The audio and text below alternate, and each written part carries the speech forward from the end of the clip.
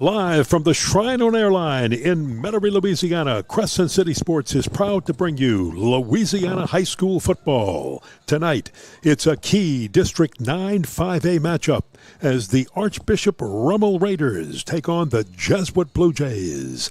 Hello, everybody. Ken Berthelot, along with the coach, Wade Kaiser, here to bring you all of the action. And, Wade, we've got a good one tonight because both of these teams have been very hot of late. Both have a chance to do something very special if they can win this season out, and it's got to start with a win tonight.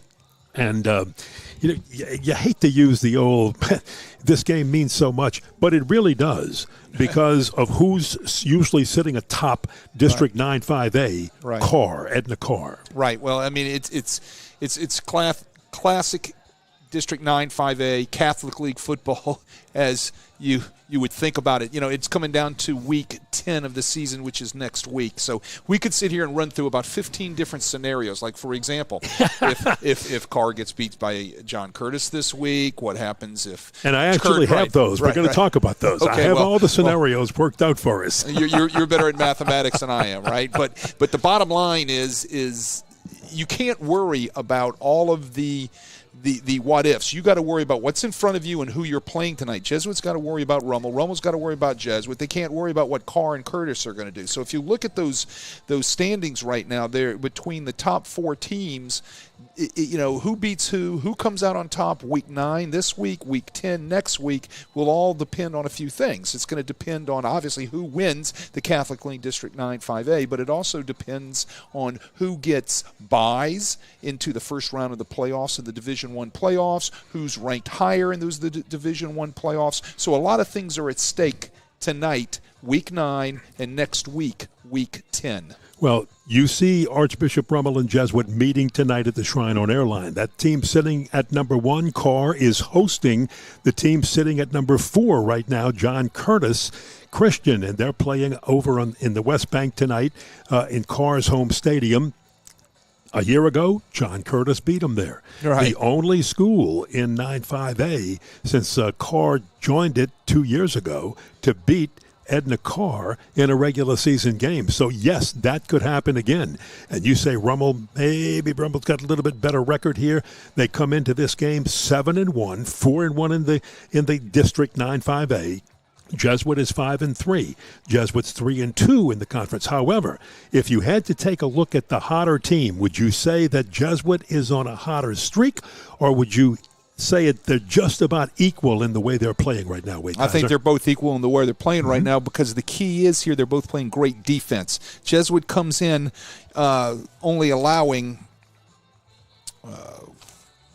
only allowing right at 17.1 points a game, and Rummel comes in allowing just 14.2 points a game. So these teams are playing great defense at the time when you need it, which is late in the season, right as it's coming down to this scenario we're talking about, who's going to win the district, right? And they're both kind of, struggling in different areas offensively. Jesuit has struggled in the area all season long at trying to establish a run game and finding a running back they can hang their hat on. And Rummel, who has been doing well running the football, has kind of struggled throwing the football all season long. And have they found the passing game that they need that can carry them into the playoffs? Both of these teams are going to be playoff teams. It's just going to depend whether they're going to go in wearing a district crown, or are they going to go in with a bye, or will they have to play the first week of the Division I playoffs? Late last season, this scenario took place. And Curtis goes to Carr. Nobody thinks anybody can beat Carr at this stage of the game. And Curtis beats Carr, and Jesuit beats Rummel. And all of a sudden, if that would happen again for the second year in a row, that would create the possibility of a 4-way tie atop the district standings. And, man, it would make the final game next week of the season an absolutely crazy one for 9-5A. But you're right. You're playing not only for a district championship, but you're playing for a first-round bye, and then the right to host a playoff game at home, correct? Right. And, yes. In the second round. Correct. In the second round. Correct. So a lot on the line. A lot on the line, but here's you can't worry about anything else that's going on the other side of the river, on whatever side of the river you're playing on, because I know these coaches sitting right here tonight, right? Ryan McNally and Nick Monica, they're worrying about one thing and one thing only. That's the guys on the other side of the field, and that's the way they've trained their players to play. So you take them one at a time, as it sounds like coaches talk, but it's proverbially true, simply from the standpoint that you've got to play the person that is in front of you tonight and take care of your business, because you're the one that will dictate your future. Well, here come the Jesuit Blue Jays. You'll see them coming out the left side of your screen. Here they come. They just busted through the tape. Since Jesuit beat Rummel in 2014 in the Division I semifinals at Tad Gormley, Rummel had swept the regular season 2015, 16, 17 with Jamar Chase, 2 touchdown catches in the fourth quarter. 18 and 19 and 2020 belonged to Rummel. However, Jesuit turned the tide, and the Blue Jays have come back and won since 2021. Jesuit has owned this series, winning 35-10 in 2021, 24-14 in 22, and 13-10 last year. Well, it's a great history, right? 2 great schools, 2 great Catholic institutions here in the Metairie and New Orleans area, and athletically, it is rich in games that have gone down to the wire. I've been in a few of those, and it's just great football all the way around. Played by, like I said, 2 great institutions. Let's see if we can pick up the invocation and our national anthem. Joseph of the Society of Jesus. In the name of the Father, and of the Son, and of the Holy Spirit, amen. God of power and might, we come before you in a spirit of praise and gratitude for bringing all of us together at this game, the Jesuit homecoming game. We thank you for the gifts of strength and speed and skill that each of these young men bring here to the shrine tonight. And we thank you for all those who support these fine men, the coaches, trainers, officials, the cheerleaders, dancers, and band members, the homecoming court, all those behind the scenes who make this evening possible, and certainly family, friends, and fans here present. Smile on us, Almighty God, and send your blessing upon each of us so that your spirit may reign in our hearts. We ask you especially to guard and protect every one of the Raiders and Blue Jays from injury during the game. Help these men be models of good sportsmanship, allowing this competition to be a source of celebration of the best of school spirit, all for the honor and glory of your name. We make this prayer with the intercession of all the saints in heaven and through Christ our Lord. Amen. Saint Ignatius and all saints of God, pray for us. In the name of the Father, and of the Son, and of the Holy Spirit. Amen. Our invocation by the Jesuit Blue Jays. They are the home team for this game. Of colors by the Jesuit High School Marine Corps Junior ROTC under the direction of Lieutenant Colonel William Degenhardt, followed by the playing of our national anthem by the Jesuit Blue Jay Marching Band under the direction of Mr. Joe Kaluta and Mr. Jason Giacomo. And as you can see on your screen, the colors are being presented as they walk out to midfield. Very nice night for high school football here. They had just a little bit of a drizzle, I think, in this area earlier today. Wade went down on the field before the game, said the field is in excellent condition.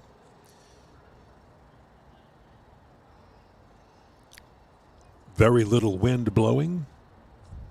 So let's get set for our national anthem by the Jesuit High School Marching Band and some football, our national anthem.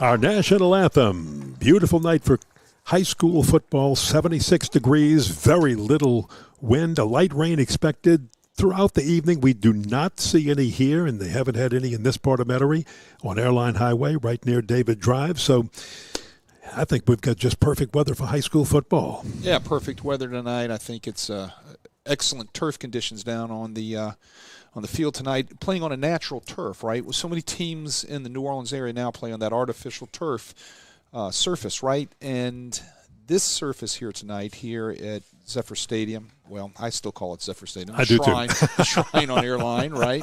It is, I got to make sure I get that right. It is the Shrine on Airline, but the Zephyrs used to play here. Correct. We loved it.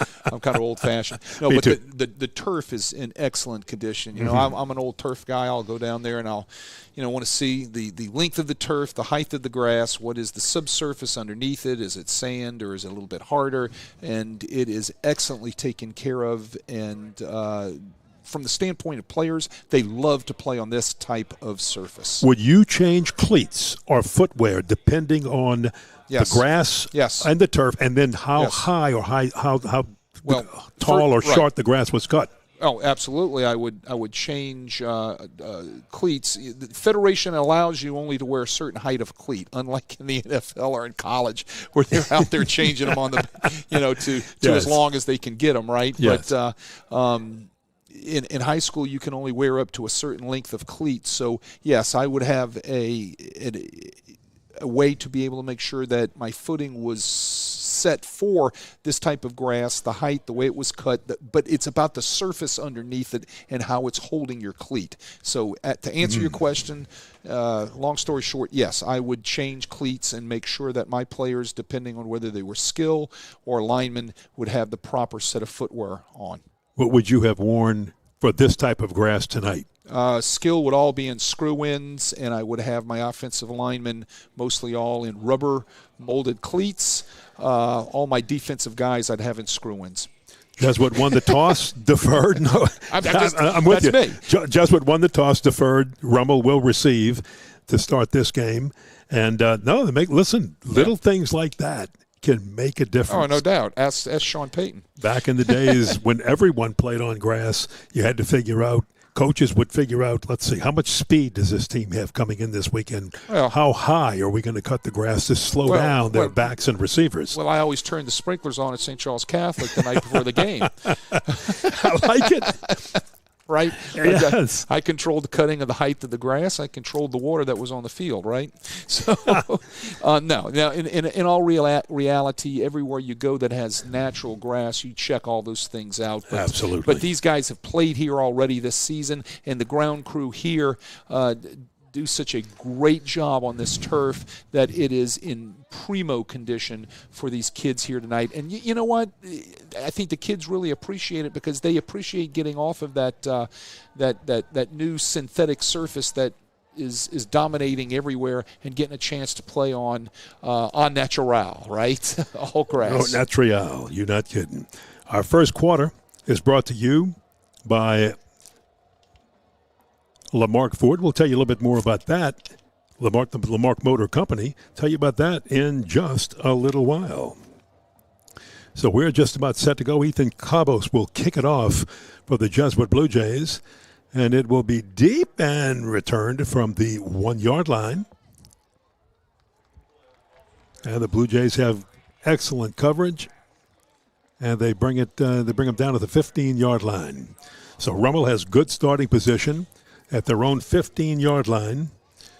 And we'll see what a fine little quarterback in Gerald Bugage, a senior, 5'11", thrown for 918 yards, 3 touchdowns. He's only been intercepted twice this year. He's really smart with the football. Oh, he's a senior. He's had a lot of reps. You know, he's been the starter now for 2 years, and he knows the offense of the Rummel Raiders ran by Joe Chango, their offensive coordinator. And Chango was a defensive coordinator at one time. He knows both sides. He knows how to attack it. He knows how not to. Norman Taylor will get the handoff, and he'll be the main workhorse along with Corian Hawkins. Taylor on first down, and he'll go around the left side for 1. Well, he's chased down backside by Zyron Forstall. We're going to see him and call his name a bunch tonight for the Blue Jays. Number 0, 23 tackles, 6.5 sacks coming in. He's been playing all year with a hurt shoulder, but he's been sucking it up and doing a great job for that Jesuit defensive line.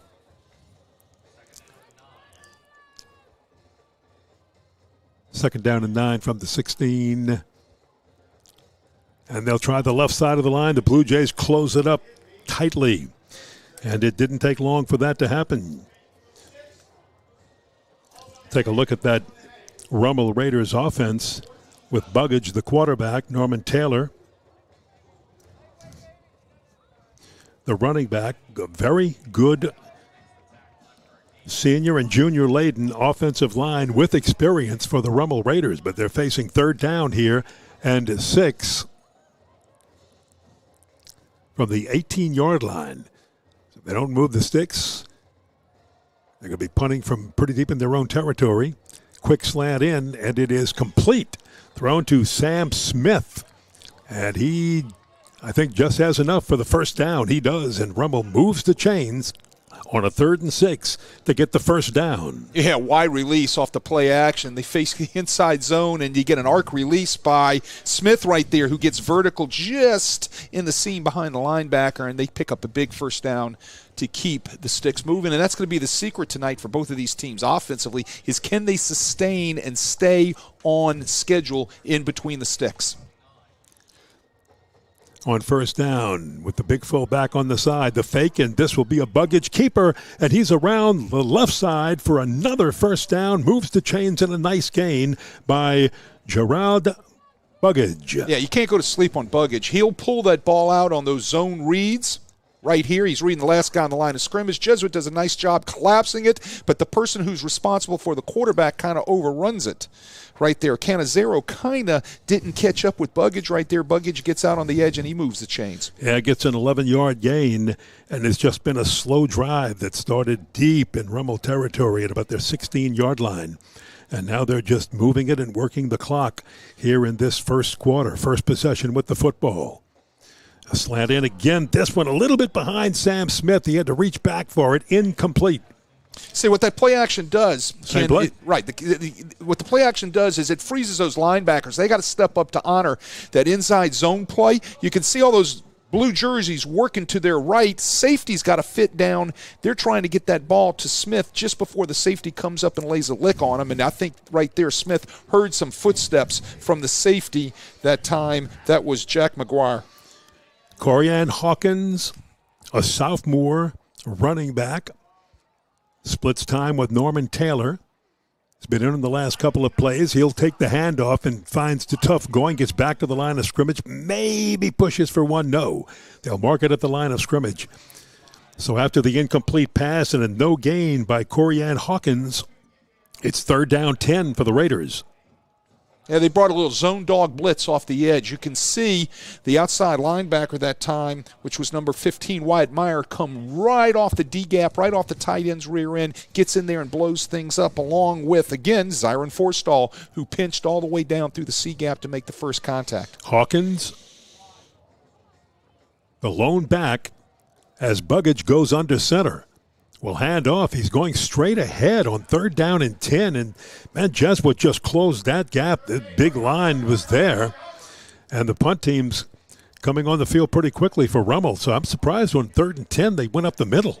Well, they run the inside zone. They just get no movement. Those two big guys inside, Will Allen, Will Berry, Griffin Ellis, those 3 guys inside for the Jesuit Blue Jays just stack everything up inside those A and B gaps, nowhere to run. Linebackers fit downhill, forces punt by Rummel.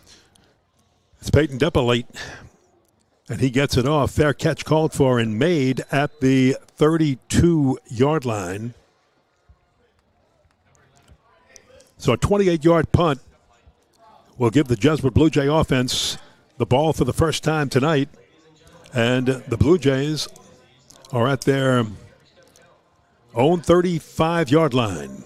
I'll check that. They mark it at the 31-yard line. Yeah, I mean, we were talking just a few minutes ago about Joe Chango, the offensive coordinator. Joe and I had the opportunity to work together. We worked together when I was the head coach at Jesuit, and I want to give a big shout-out to his mom and dad listening all the way from up in New Jersey. And what great people, and they're tuning in here tonight as well, I'm sure, as a lot of Blue Jay and Rummel fans from all over the world. Love Chango. If he ever decides he wants to do it, he'll make a fine head coach. Well, he was at Country any Day. level. That's right. I forgot about that. And one with a roster that was much shorter than everybody else's. First down, Jesuit tries the middle and gains 3. Yeah, you're going to see a lot of the same type of things out of both offenses, right? The counters, the inside zones, and the zone reads, and the play-action passes. Little screen out to the right side, complete, and that's going to be 1 yard short of a first down, complete to Jair Burks. Tried to put a little move to get that first down, but just missed it. 3rd down, 1 for the Blue Jays. Yep, that is nothing but wide receiver quick screen. That's equivalent to just tossing it out there with like a toss play, right? You're trying to get it to your guys, your skill players out on the edge. Well, this time you just hand it off and you go right up the middle, and that's exactly what Gavin Palmisano does over his right guard tackle slot, and he's got the first down. First down, Jesuit Blue Jays. They move the chains. Gavin Palmisano has been coming up big in the past couple of weeks. He moved over as a wide receiver. Jesuit all season long has been looking for that running back they can hang their hat on. They might have found him in Palmisano. Well, there are some names in the Blue Jay uniform. This is an incomplete pass intended for Jair Burks. You better pick that up.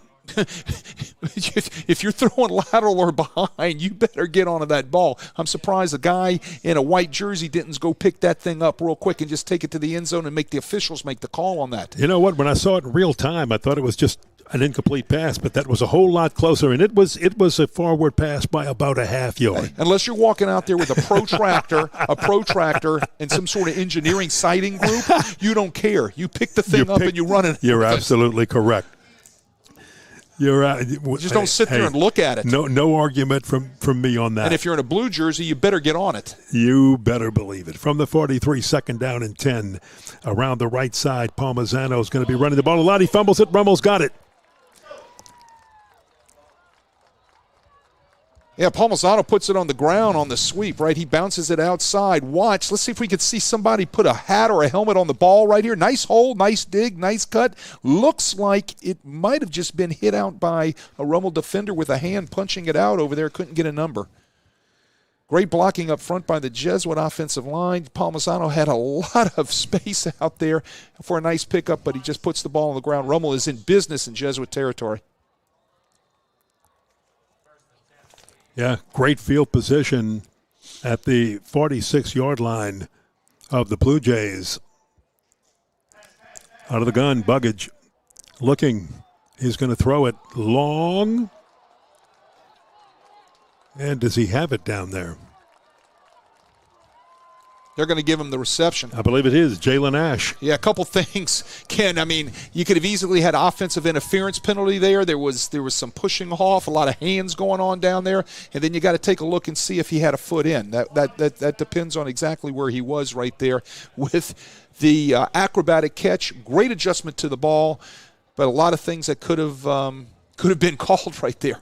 24-yard gain down to the 24-yard line. Rummel, good shot by Buggage with a man in motion.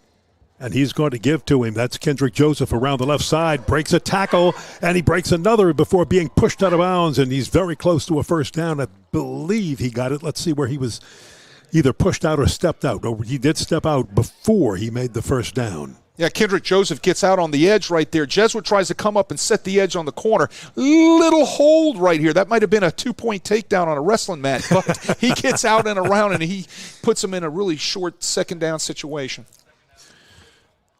Well, after the gain of 7, 2nd down and 3 at the Jesuit 17-yard line. Again, you're looking at an experienced quarterback in Buggage, a senior quarterback. He's been there before. He'll hand it off going forward, just trying to move the chains and get the first down, and he is very close. I think he got it. Let's see. That's going to be a first down. Yeah. It's going to be a first down, and that was Norman Taylor that time running the counter.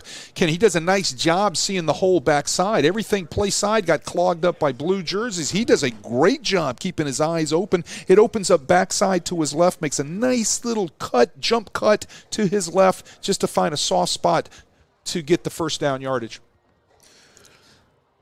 From the 13-yard line, first down for Rummel, threatening here in the red zone of Blue Jays. And this is a bounce outside by Norman Taylor again. And he's smothered on that right side. Here, Meyer comes off the backside again. He's close just to getting him down. You can see him coming right there. Number 15, Meyer, just trips him up to save a long run. Had he not tripped him up, he might have walked into the end zone. Great hustle by number 15, Wyatt Meyer, by the way, who has a 4.2 GPA. I couldn't even add to get to 4.2. I just wanted to throw that in there. Second down, 9 from the 12. Give straight ahead. This is Taylor again. Taylor picking and choosing his hole, pushing forward. He's fighting his way down to the 5. What great effort by Norman Taylor, the senior running back. Boy, he uses all 5'9", 175 pounds for the good. He's dancing back there like he's line dancing, right? He's just waiting for everything to open up, and then all of a sudden he gets a crease and he gets vertical. You got to run north and south on a north and south field. Can't run east and west. That's what he was looking for as he was doing his little line dance back there. He was looking for that north-south cut. Third down from the 6.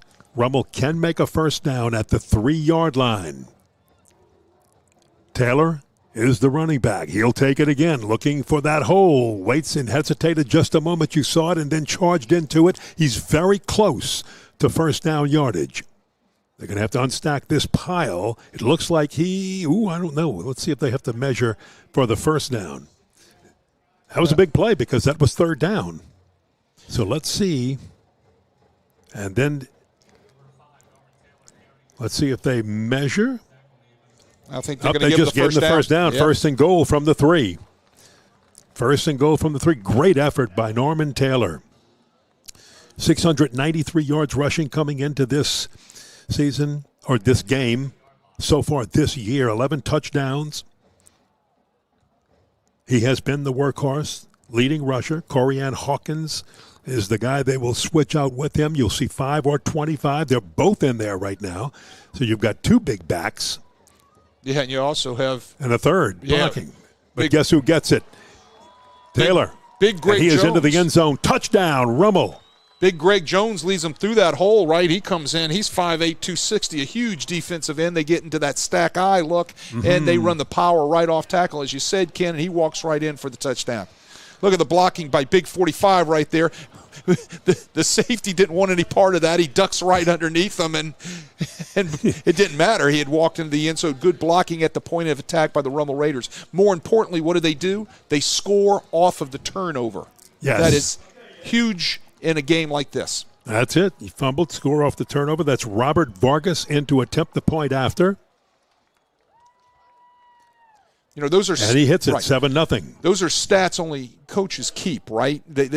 Everybody else keeps turnover stats, like, you know, who's on the plus or the minus side of the turnovers, how important are the turnovers in the game. Coaches keep, what do we do with the turnovers, right? Do we come away with points off of the turnovers? Those are the things that coaches are really interested in. You want to get the turnovers, no doubt about it. It's what you do with the turnovers that really sets the stage for the whole game. Now Rummel, because of that fumble, got the ball in Jesuit territory. I believe it started right up at the 43-yard line. And, you know, that way you get a 43-yard drive. It's pretty simple. And now let's see how Jesuit responds to this. Rummel, 7-1 on the year, undefeated in 9-5. They at 5-0. The Blue Jays, 5-3, 3-2, but they have been... Even in the 3 losses, they have been so close. One of those with Edna Carr and almost took it to Carr. Lost that game 21-9 and was threatening at the end. Right. Well, when you play good defense and it keeps you into the ball game, you have a chance to do that. You play those games that are tight and close and can bounce either way. Jair Burks on the return. Gets it to the 22-yard line, and the Blue Jays in this first quarter have 2 minutes and 49 seconds to work with.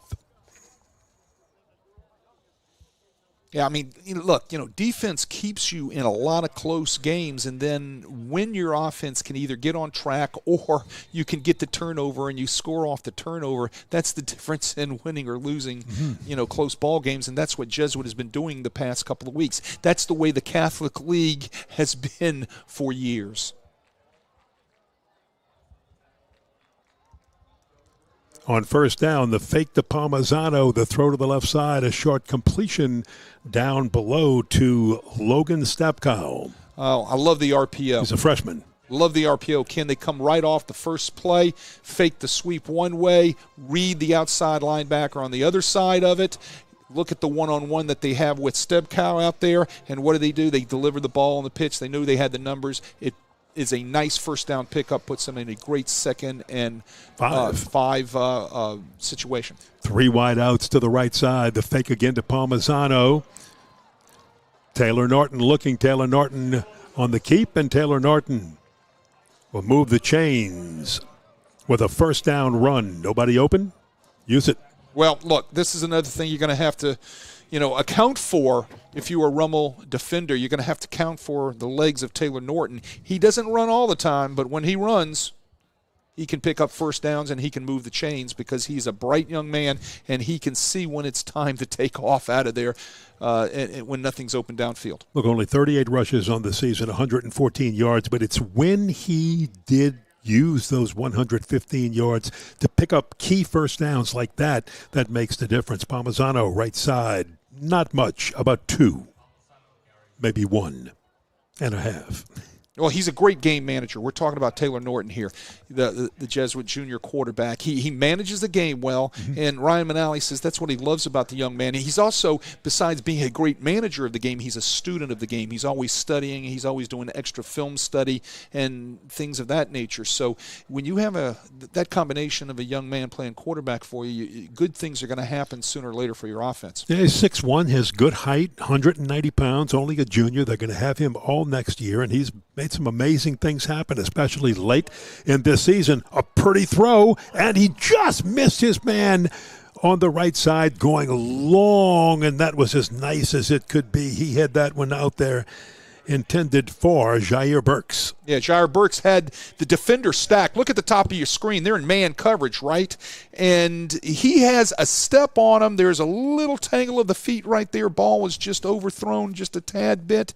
Good defensive play. No flags. I agree with that. So you got to take your shots. You got to try to stretch the field. You got to try to get those corners running and those safeties off the hash. Third down, 8. Jays need to move the chains. He's got great protection from the offensive line, and he just throws over the wrong shoulder with his man intended down deep there. And for Roman Lare, and I think if he would have gone right shoulder instead of left shoulder, Lare might have gotten it. Yeah, he had his man beat. He would have gotten it too if the jersey wouldn't have been yanked right there, right? Yeah. I think. That's the other way to say that. Yeah. Well, I think I was pretty tactful on that. It was Linus Finister doing a great job right there in coverage. Hey, if you're beat, you got to grab, right? And that's exactly what he did. And you see it on Fridays, you see it on Saturdays, and you see it on Sundays. And you also see flags that are thrown for it, and you see flags that aren't thrown for it. Andrew Bourdelon into punt, fair catch called for and made at the 32. Wait a minute. Do we have a late flag that was thrown? Yeah, I think we do. We have a late flag right back there where the returner was catching the ball. Kendrick Joseph. Well, let's see. If they do,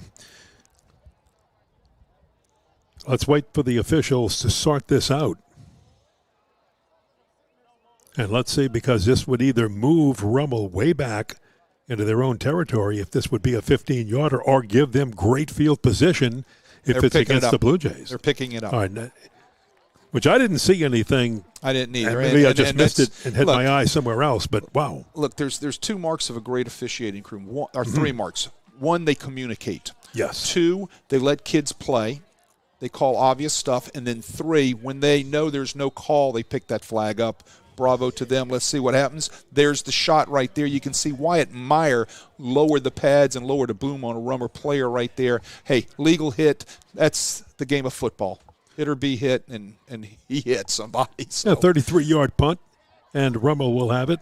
1st and 10, little toss, catch, and did he walk the tightrope? No. Mark Shesby was out of bounds when he caught it. So that's coming back to the line of scrimmage. Watch this one close, Coach. Yeah, great play-action pass on the counter boot right here. He looks for the drag, covered up well by everybody in blue jerseys. Shesby was just sitting on the boundary. He couldn't keep his feet in. I guess that's the easiest way to say it. He's trying to tightrope, ball delivered a little bit late, and it took him out of bounds. They're going to come back and play 2nd down. Final 30 seconds or 31 seconds of the first quarter. And here is the give to Corianne Hawkins, big running back, left side, churns forward near the 40. Yeah, we're going to see 3 running backs tonight for the Raiders. You're going to see Taylor, which we've already seen. We've seen Hawkins, and later I'm sure we'll see Jaden Terrence. They've been all kind of running back by committee. No longer do you see that one war daddy anymore, that one war horse, right? You see all these teams on Saturdays and Sundays, and now in high school sharing that load of the running game with running backs. And that has to do with, strength, speed, and a lot of things trying to keep people well and healthy in this game. Our first quarter was brought to you by the Lamarck Automotive Complex in Kenner. Lamarck Pre-Owned has a huge selection of pre-owned vehicles. All makes and models. We have great deals. Like Ronnie Lamarck says, must be a reason. You bet, Ronnie. Thank you, Lamarck, for sponsoring high school football, prep football on Crescent City Sports. Your thoughts on the first quarter of play? I thought you were going to ask me my thoughts on how do I like the popcorn at Ronnie Lamarck's place. Excellent, by the way. The first quarter play, nothing that we didn't expect, right? A defensive struggle right here and a score off of a turnover. That's the type of games that Jesuit and Rummel have been in, since they've started district play.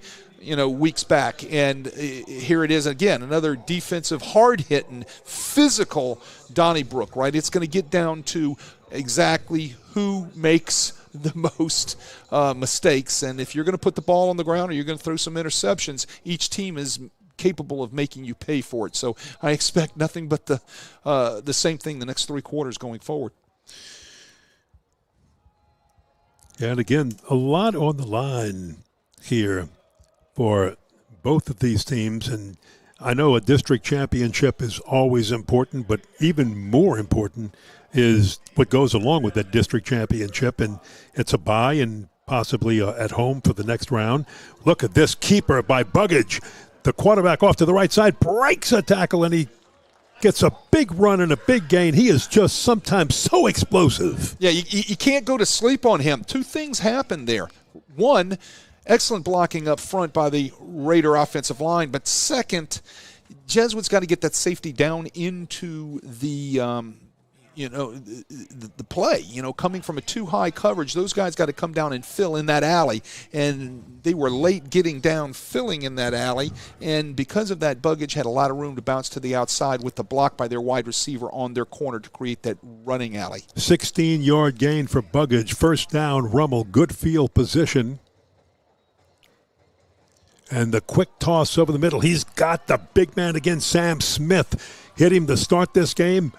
Threw it a little bit behind him on his second attempt and hits him the third time for another big gain. Sam Smith is becoming his go-to guy. Yeah, there's your seam again, and the safety late getting there. Bo Mataluski missing the tackle right there as he's coming up to make the hit on the Y release, right? We've seen this about 4 times already in the first half by Rummel. If they're going to give it to you, you take it off the play action, and that's exactly what Rummel is doing. 20-yard gain, big gain.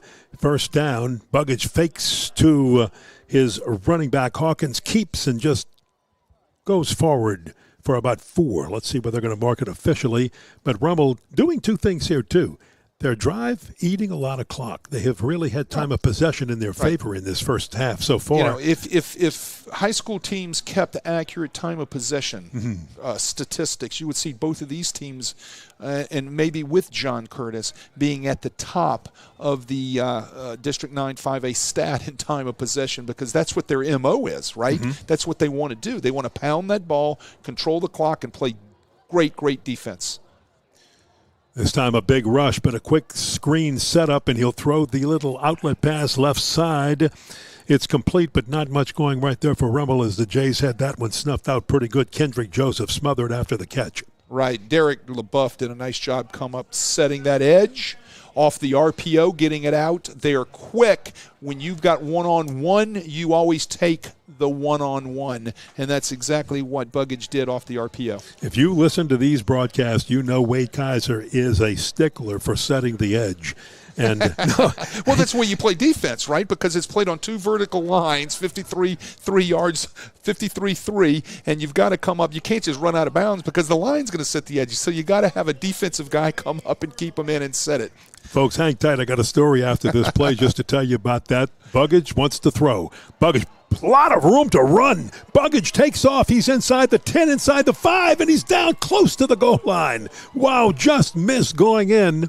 And he's going to be down at the 1-yard line. My goodness, Buggage with a big, gigantic run right there of 21 yards and a wide open area. Watch there in man coverage. You can see the receiver takes the corner out of the play. Everything is run off, so the quarterback looks up and he sees nothing but blue jerseys backs to him. So what does he do? He takes off and run. Great coverage by the Jays. When they're off and ran off in man coverage, that's when the quarterback is at his dangerous point.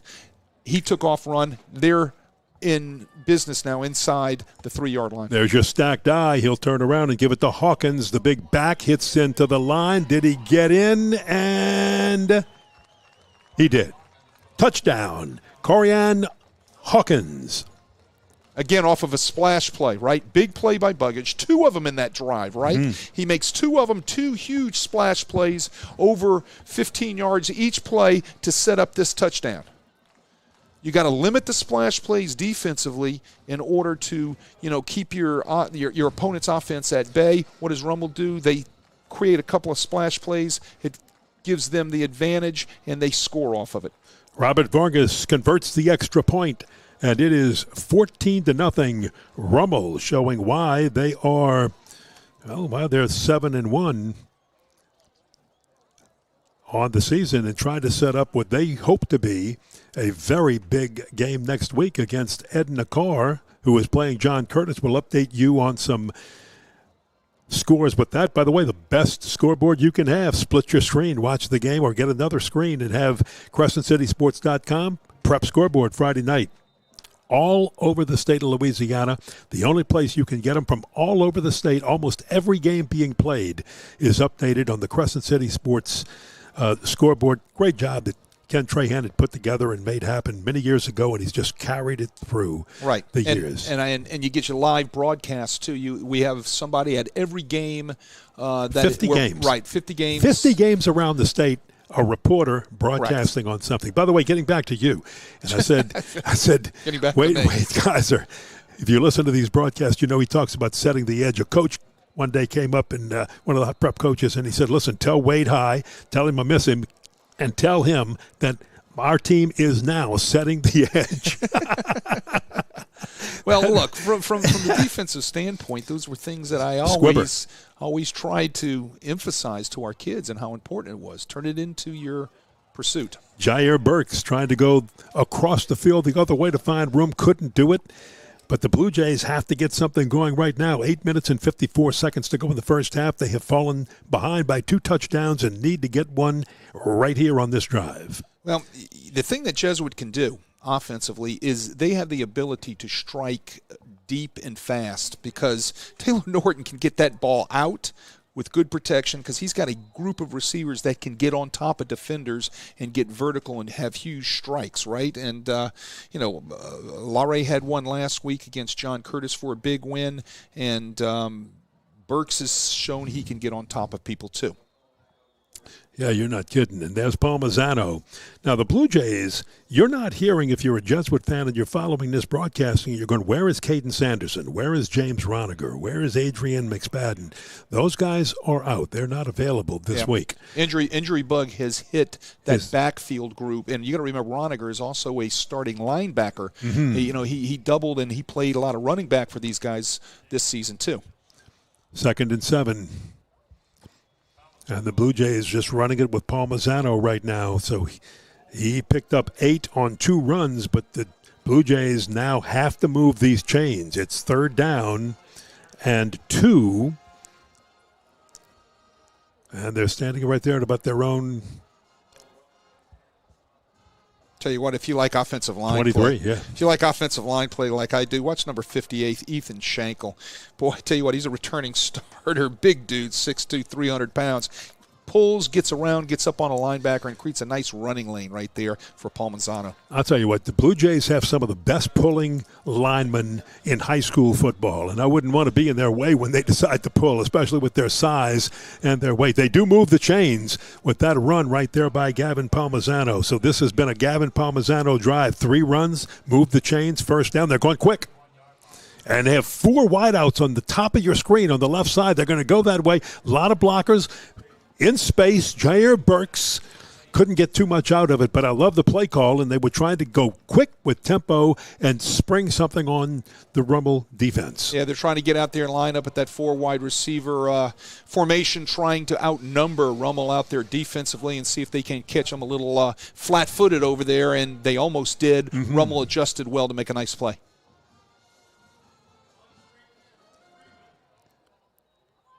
Stack backfield, the fake to Palmisano. He's got Laurie. Laurie breaks a tackle and moves the chains and moves them by a lot into Raider territory. That's what Laurie gives you. He's got a great set of hands, and he can do something with the ball once he catches it. So he can get a lot of yak for you, right? He doesn't look that fast, but he's deceptively fast. He can get on top of you if you try to play him man-to-man. 24-yard gain that time for Laurie. And on 1st down, Jesuit seemingly picking up the tempo just a little bit. Oh, it looks like a little bit more sense of urgency, correct? So what they're trying to do is they're trying to get themselves into rhythm. What do you do when you get up in the morning and you feel blah? I'm 64 years old. I feel like that every morning, right? So but you just drink coffee. No, well, yeah, true. Or I try to get into a rhythm, right? Yes. I have a routine and I try to get a rhythm, and that's exactly what Ryan Manali's trying to do with his offense right now. 2nd down and 5. Handoff to Palmisano. He's smothered in the backfield, met by a bunch, including Frederick Banks from the top side, and who got him from the bottom? And that was just a charge in. It was definitely Banks. Yeah, Banks is a good football player. 5'10", 288 pounds, comes in with 33 tackles and 3 sacks, right? He's a load to block. You look at that Rummel defensive line. They're not tall, but they're all big and thick, and they got these big arms. You can tell they've been in the weight room a lot. Yeah. Those guys are all hips and legs and thighs. Those guys can play up front. Oh, drop ball, mess up on the handoff, and that's going to cost the Blue Jays. But Taylor Norton, quarterback, was quick to get on that football and save it for Jesuit. Yeah, he pressure was breathing down onto him. Rummel dials up the blitz off the edge with number 1, Lester Johnson. You see him flying in there, and I tell you what, Taylor Norton needs to get on that thing faster. That could have been picked up, or there could have been a huge havoc right there. Yeah, and again, just the mess up and that fumble, 2nd fumble that's cost the Blue Jays a drive in this game, and now they're going to have to punt the ball away. Yeah, just can't seem to hit that rhythm. You're taking 3 steps forward, 1 step back, and now you're punting again. And they dropped the punt. Wow, that usually doesn't happen. Bordelon, a solid punter and a junior. And that time he just – let's watch it again. It was a little bit low, but as he went to get into his You got to catch punt that. move, yeah. You got to catch that. You got to hold it. The ball hits you anywhere in the vicinity of your body, you got to catch that. It was low to the left, and I think he tried to rush it, and then trying to rush that punt. A lot of times they panic. He lost it. Right? Yeah. They panic, and that's the first thing in a shield punt is you got to remember you got these three huge dudes in front of you.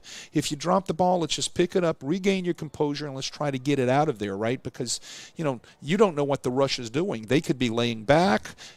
Just find out, get your bearings, and then punt the football. Don't rush. But it hit him in his hands. You got to catch the football. And now Rummel has it at the 39-yard line, and here's a throw way behind, a little miscommunication, intended for Jalen Ash. But that was way behind Ash, who either outran it or it's just that time Buggage maybe just had to rush it. Not a really good throw, right? You can see it's kind of short-armed, and it isn't where it needs to be. There's nothing wrong with the back shoulder throw, but it's got to be on the play side, your inside shoulder, so he can turn his head to the inside and sight the ball and catch it.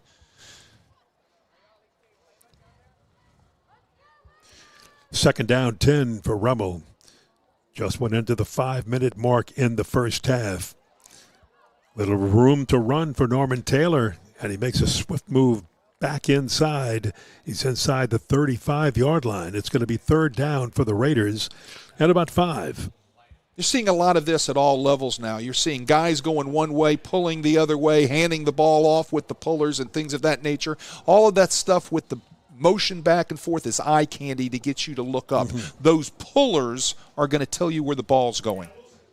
When you see offensive line pulling, that is where the ball is going. Don't follow all that other stuff, ladies and gentlemen. That's just eye candy. Well, we talked about the Jesuit offensive line having some guys that can really pull and are good at it. So can this Rummel team. Buggage on a keeper. Quarterback keeper on the right side. Going to get a few, but not enough. Well, they make a great adjustment that time. We're talking about the Jesuit defense, and their outstanding defensive coordinator, Darryl Rule, who said no more can we let Buggage run off the zone read outside. We're going to get somebody down in that alley to make the play, and they did that time with Derek LaBeouf coming down from his safety position to come in there and make a nice tackle on Buggage. That was third down, so it's fourth down. Out of field goal range, Rummel having problems with injured kickers. So on fourth down and long, rather than punt it, and if you punt it into the end zone, it's coming back out, just go ahead and try to get it. They're going to give it on a nice delay to Taylor. Taylor around the right side. He's got the first down and more, and Taylor's inside the 10-yard line. How about that for Norman Taylor on a little bit of a delay? Well, yeah, he delayed because he was stepping out. Right, and and I wanted to take a look at it because, from our vantage point, you didn't quite get to see it perfectly, but, I wanted to see it on the replay. It wasn't so much of a delay as it was a whoop-de-doo, right? He made Zyron Forstall come out of his shoes right there as he bounced off to his right shoulder and down the boundary, and Rummel is threatening again. 27-yard gain, and again, Taylor, what a run by Taylor that time. Buggage under center. Gives to Taylor, smothered in the backfield and dropped for a loss. That was good penetration by the Jesuit defense that time, led by Will Berry, the big 6'4", 243-pound defensive lineman. Yeah, Will Berry's a good football player. He's also, if I'm not mistaken, I think he's an excellent wrestler. He's a multi-sport guy, which you guys, young people out there listening today, play multiple sports. Please don't just play one, right? And Will Berry is a great example, as well as he is a great student. He did a nice job slicing in through the B gap right there to make a play in the backfield. That's what the Jesuit defense right now needs is some sort of stop right down there and force them into a field goal situation. Yeah, lost 3 back to the 10. By the way, Berry had a little help from Will Allen. So here's the handoff. And straight ahead, breaking tackles is Norman Taylor into the end zone. Touchdown, Rummel. Well, when you're breaking tackles, you're going to score points, right? And that's exactly what Norman Taylor did right there. Look at the tackles right here. There's 1, there's 2, there's 3, and possibly a 4th one right there that he ran through, ran around, or made miss. You've got to be able to tackle Norman Taylor. Right now, Rummel, I think, is being a little more physical at the point of attack than Jesuit is. Robert Vargas in to attempt the point after. He kicks it up It is up and good. 21-0. Rummel, the last 14 points coming off turnovers. 3 fumbles, 2 on one drive, including the fumbled punt, which gave Rummel excellent territory. Credit the Raiders. They took it down and made something happen because of it. Well, like I said, that's a stat that coaches keep, right? That's a stat that they brag on to their offense. That is a stat that they walk in and tell their defense, look what you did to set our offense up. Tonight's coverage on Crescent City Sports is brought to you by Ochsner Andrews Sports Medicine Institute. Don't let a sports injury keep you sidelined. Our team offers health care for athletes with same-day appointments available near you. Visit ochsner.org/sportsmed to learn more. Thank you, Ochsner, for supporting prep football on Crescent City Sports. Yeah, points off turnovers. We talk about them all the time. 3 fumbles by the Blue Jays, 2 lost. The last one on a punt, but the one before that forced the punt when they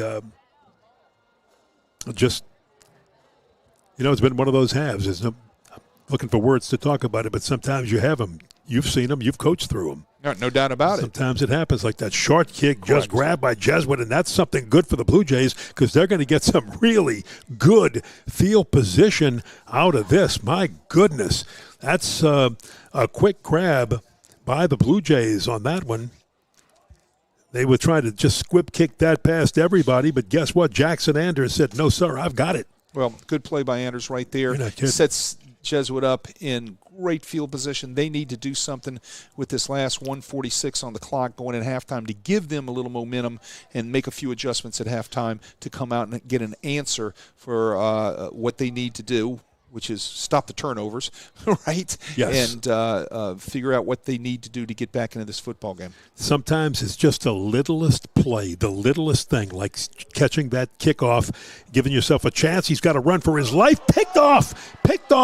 Here goes the Rummel Raiders. They're going to go all the way. This is going to be close to a 35-yard touchdown return.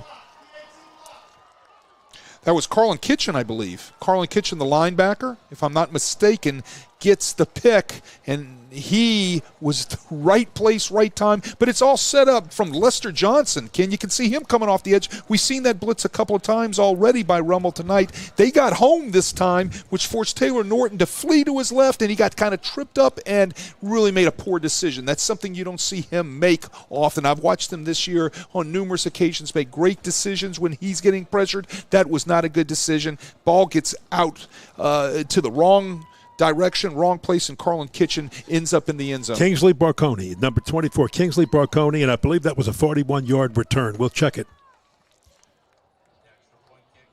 Unless I've got the wrong name on there.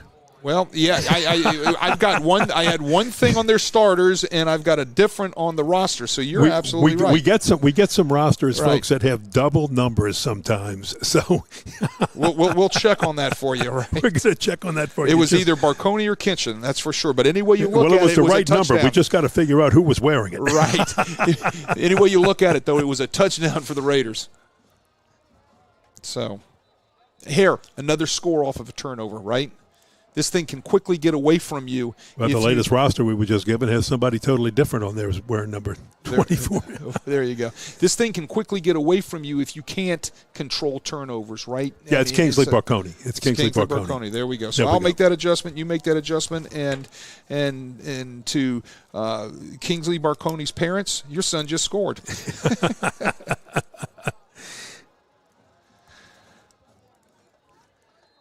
And we'll get that on the replay when we watch it again, folks, and make sure it was a 41-yard return, but I'm pretty sure that's where it was. We're not working with a statistician or spotter tonight. Right. So Kingsley Barconi's parents, you'll be saving that for future. You'll be showing that to your grandchildren one day.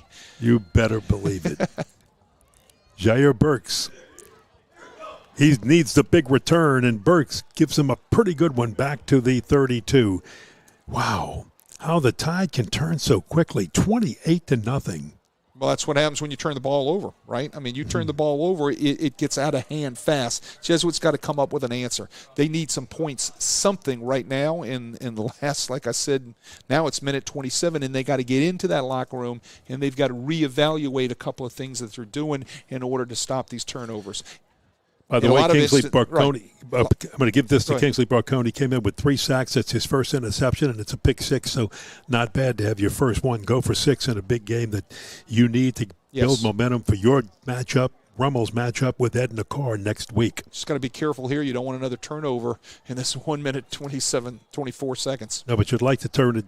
You'd like to get that ball down the field and put 7 on the board because that would give you the lift you need. Won't get it right there from Palmisano. Remember, we told you Jesuits playing with a short backfield tonight, a lot of injuries. Caden Sanderson, James Roniger, who's also a linebacker, Adrian McSpadden, all out tonight with injuries. Well, look, I've been there. I've been there when I've been down 3, 4, 5 running backs, especially when I was Jesuit. You pull from anywhere you can, and you take athletes and you put them over there, and they do yeoman's jobs. And that's exactly what Palmisano has been doing the past couple of weeks. Yeah, he's a wide receiver, moved to running back. Jair Burks is a wide receiver. He's running the ball right now. Jair just ran it on that last one. Jair Burks, number 2. And Ryan Manali was raving before the game to me, about how Palmisano has really stepped up and is doing a yeoman's job. With the situation at the running back injury list that has been developed over the past few weeks. One more injury to the Jesuit running backs, and Matt Merritt, our producer, is going to have to put on a helmet and go run for the Blue Jays. I mean, that's how desperate it's getting. There you go. Matt Merritt. And right now the Jays just can't get anything going, and that was the last play, and that might end it for this first half right here as the clock ticks down. If they're going to stop it at 5, let's see if they want to throw, or if they just timeout call. Yeah, Rummel calls timeout. You never know when you can return a punt for a touchdown, right? So, well, that's true. That was third down. So now you've got 4th down coming up. If you're Rummel, you might want to think about calling a timeout after those first and second down runs, right? You would have a little bit more time left on the clock and possibly have gotten the ball back with a little more time in the second quarter to take a shot. By the way, Matt Merritt is our producer tonight, and on camera, Sam Tornator. I'm going to get that right. Sam Tornator is on camera tonight. And a very experienced cameraman, does a lot of work for the Tulane and with the Tulane ESPN crew of Andrew Alvarez, and Lenny Van Gilder does a lot of work with that group. And boy, what a great job they do for ESPN Plus Productions over at Tulane. And glad to have both of them working with us, Wade, and always a lot of fun. Ken Berthelot, Wade Kaiser. And, always a lot of fun. Always a lot of fun to be able to call a 9-5A game, but it's always a lot of fun to be able to work with you, my friend. Yeah, it is. We'll be somewhere next week doing one. Actually, for fans, if you read the press release early, we were supposed to be originally at Country Day, doing Newman at Country Day, but they have a brand new field, brand new turf, little press box that sits 3 people, and we would have been broadcasting outside, and there was rain in Metairie today. And both Jesuit and Rummel were gracious enough to allow us to move and come over here, which was a game we also wanted to do. If we could have done both, we would have done. We thought we were doing 1 at 2 and 1 at 7. And the Country Day game ended up being at 4:30, but the weather kept us away from that one. And we want to thank both Jesuit and Rummel for allowing us to come and do this game, because whenever, as Wade said, you can attend, watch, take part in, broadcast a 9-5A game, you've got something very special. Let's take a look at the schedule coming up. I think we put it up earlier, but we've got some of that for you. Is we've got 8 seconds, to go here in this first half. Rummel looking at a punt, but week 9. That's what's going on tonight. That's what's going on tonight. And Rummel right now in control, and if they hold on and defeat Jesuit, we don't have a score yet, but we'll have one for you on Curtis and Carr in just a moment. Wade's going to run through all the scores at halftime, but remember, you can keep up with all the scores. CrescentCitySports.com, best scoreboard in the state. 50 reporters from around the state on 106.1 The Ticket reporting, and make that your listening area. Watch us. And while you're watching and listening to us, have the scoreboard show in the background, or watch Crescent City Sports and just find your score and your team, and They're going to update that. Updates almost every 5 minutes. So if there's any changes, you're going to get it pretty quick. So Jesuit's not going to take the chance of punting away and having one returned. So on fourth down, I imagine this is one where Taylor Norton might just run around and throw the ball long and eat up the 8 seconds. All right, so we've been watching this. This is 8 seconds left on the clock, and we've got fourth down. So what we've got here is a nice little chess game going on between Nick Monica and Ryan Manali, right? So if you remember, we've been kind of discussing a few things while this has been going back and forth. But Nick Monica calls the first time out to try to get a chance maybe to return a punt, right? So Ryan Manali sends his offense back out. Nick immediately called times out, sends his defense back on the field, right? So now the offense came back out for Jesuit. They call timeout, right? And they wanted to see how Rummel was going to line up because they don't want to waste this. And I understand what's going on because in 8 seconds, a lot of things can happen. They do not want to give the ball up right here at the 40-yard, their 40-yard line, talking about Jesuit, to give Rummel that one little extra shot at the end zone, right? So it's always interesting to see what's happening and what's coming out off the field personnel-wise for each unit. I love the chess game. I love the thinking. This is absolutely magnificent. Guys like me would enjoy this, right? I mean, because what's happening here is one's trying to up the other one over the 8 seconds, but if you make a vital mistake in 8 seconds, it could cost a score, right? Absolutely. Hey, by the way, you saw the schedule. We had that up on the screen. We're going to talk about power rankings at halftime and what it means for your teams and the teams that are playing all around.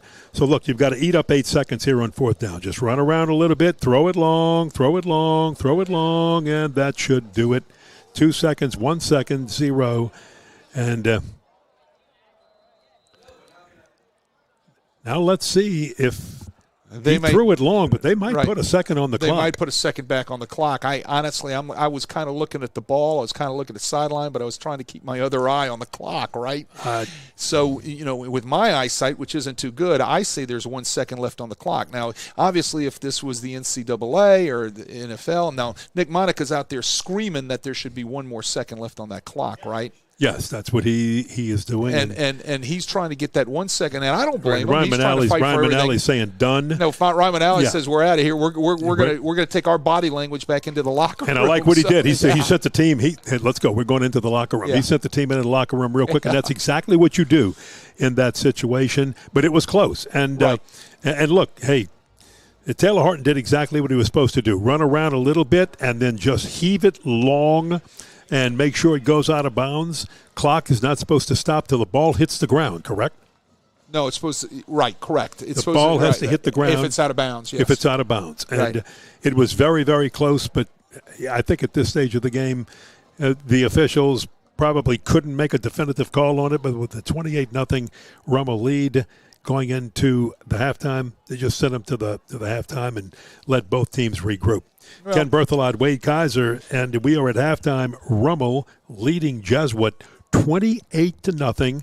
And full disclosure for the Jesuit Blue Jays, you have not heard the names at running back, Caden Sanderson, James Roniger, who is a running back / linebacker, or Adrian McSpadden. Now, McSpadden doesn't have that many rushes on the year, but the loss of Caden Sanderson at running back and James Roniger, that's 2 of your key rushers. Gavin Palmisano had rushed it 70 times coming into this game tonight. Caden Sanderson 49 times and James Roniger 26. So those 3 rushers, that was your that's your bread and potato. I mean, that's just steak and potatoes right there. Well, no, what it is it's your depth. It's your depth, and they're overcoming depth issues for the past couple of weeks at that position, and they seem to have found it with Palmisano, who has done a nice job the past couple of weeks. Palmisano had a huge night. A couple of weeks ago versus St. Aug, where he rushed for just over 100 yards. And he's doing a good job here tonight. It's just the problem is he's put the ball on the ground one time. They've had a couple of other turnovers. They've had the interception for the touchdown. And Rummel, being a good football team, well-coached football team, knows how to capitalize off of those mistakes, especially when you give it to them in great field position. Before we talk about power rankings, let's run through how the first half unfolded. Rummel took the football, got a couple of pass completions, but The Jesuit defense came up, forced them to punt. Jesuit gets the ball. They're driving, and they fumble the ball away. Turnover number 1 right there that hurt the Blue Jays. Rummel gets the ball. They score off that turnover. They have a nice, long, sustained drive. Go down, score on a 3-yard touchdown run by the fine Rummel running back, Norman Taylor. And with that, it was 7-0 Rummel. Jesuit gets the ball, and they are forced to punt a second time. And Rummel, let's see, was that the fumble? Because that might have been the second fumble as it went back. But I believe Jesuit punts the second time. They punted the ball away. Rummel gets the ball. They just go right down and score. And 2 big quarterback runs. You talked about that, how important it was when a guy like Buggage can just open it up. It was 14-0, and here comes fumbles 2 and 3 for the Jesuit Blue Jays. They're trailing 14-0. They get the ball. They get into a situation. They get third down. They've got a chance to move the chains. They're not behind the chains at that point. They fumble it. Now they're behind the chains. They have to punt it away. They fumble the punt. Can't do anything with it. Rummel recovers. They start the next drive, the ensuing drive, at the Jesuit 39-yard line. They go down and score a 10-yard run by, once again, Norman Taylor, his second touchdown of the first half. And all of a sudden, kaboom, it is 21-0. And then they kick off to the Blue Jays, and Blue Jays look like they're going to start moving, and it's a pick 6. And on that pick 6, the Rummel Raiders go down, and Kingsley Barconi. We'll try to look at that if we can. I'm not sure if we can pull that pick 6 up. But Kingsley Barconi returns at some 41 yards for a pick 6 touchdown and a 28-0 lead. Then the clock runs out on the Blue Jays, and that's where we are at halftime. If we can pull that up, we will. Otherwise, we're going to move into the power rankings in just a moment. Let's see if Matt's got it. If he does, we'll pull it up. We're not going to be able to do that right now. Well, let's go ahead and take a look at the power rankings and see what happens as we also look at some scores. We'll try to do that in just a little while. Edna Carr hosting John Curtis tonight. Curtis is 15th in the power rankings, and Carr is first in the power rankings. And as we take a look at these power rankings, remember, Rummel is 6th, Jesuit is 9th. We're watching that other game in progress. Edna Carr hosting number 1, hosting number 15, John Curtis. Curtis beat him last year, the only school, I'll tell you, in 9-5A to beat Edna Carr since Carr joined this league 2 years ago. So in the 4 select divisions, the top 24 teams make the playoffs, folks. So you're looking at 16 of them right here.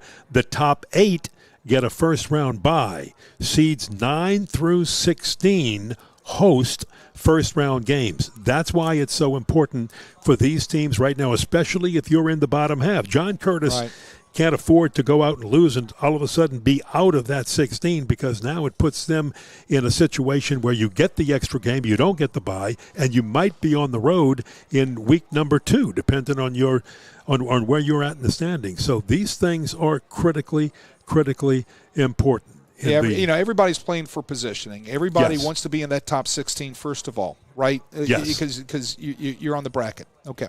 So now you're on the bracket in Division I Select. Now what you're trying to do is if you like buys going into the playoffs and the best seeds going into the playoffs, you're going to want to be in that top 8. That's right. And then you're taking it from there, right? And correct. Just a little update for you, talking about scores. Edna Carr on the West Bank up on John Curtis 35-7. Ouch. Yeah, so there you go. I mean, we all know about Edna Carr. We know how electric they are. We know how fast they can score from anywhere on the field at any time. We know what type of athletic talent they have. Great coaching over there. They do a great job. And of course, we know, John Curtis' legacy and the great football that they play and the great coaching staff that they have. But when you're putting 35 on John Curtis like that at halftime, you're a pretty darn good football team. And Edna Carr is a pretty doggone good football team. We know that for sure. Again, let's take one more look at the schedule, the Louisiana remaining schedule, as halftime festivities.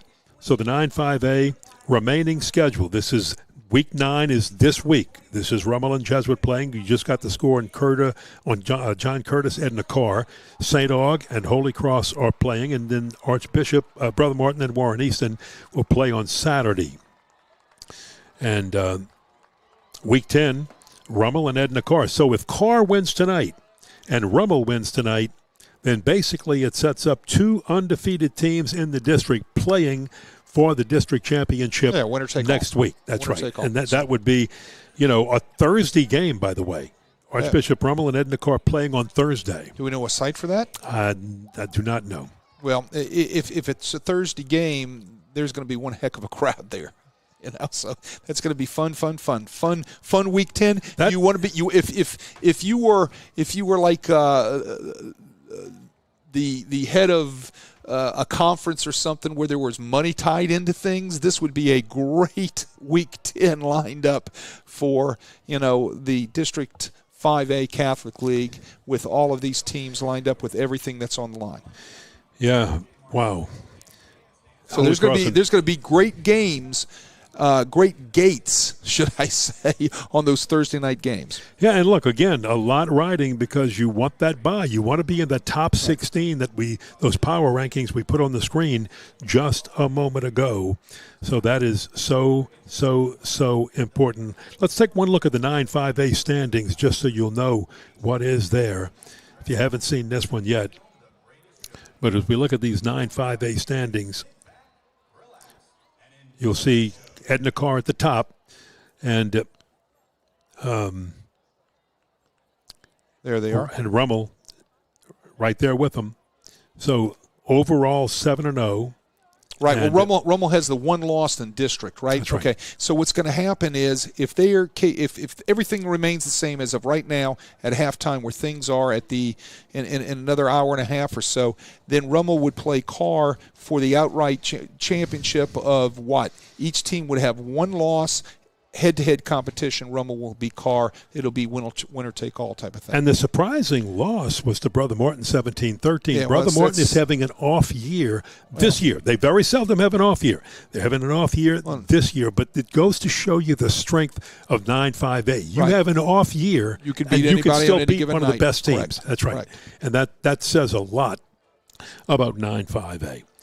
So with that, I'm going to take a look at some of the other things going on. We're going to recap this one more time as to what happened in the first half. And when Wade comes back, he's going to go through an entire scoreboard for you. Ken Berthelot, along with Wade Kaiser. And again, I want to thank our sponsors, Lamarck Motor Automotive Complex, the Lamarck Motor Company, and the Lamarck Automotive Complex in Kenner, who sponsored the first quarter. Oxner sponsoring the second quarter.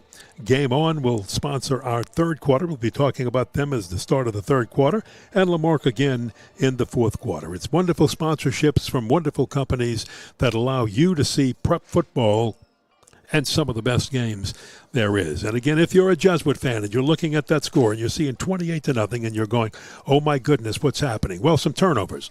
But not only turnovers, remember, this is a Jesuit team that is really hurting at the running back position.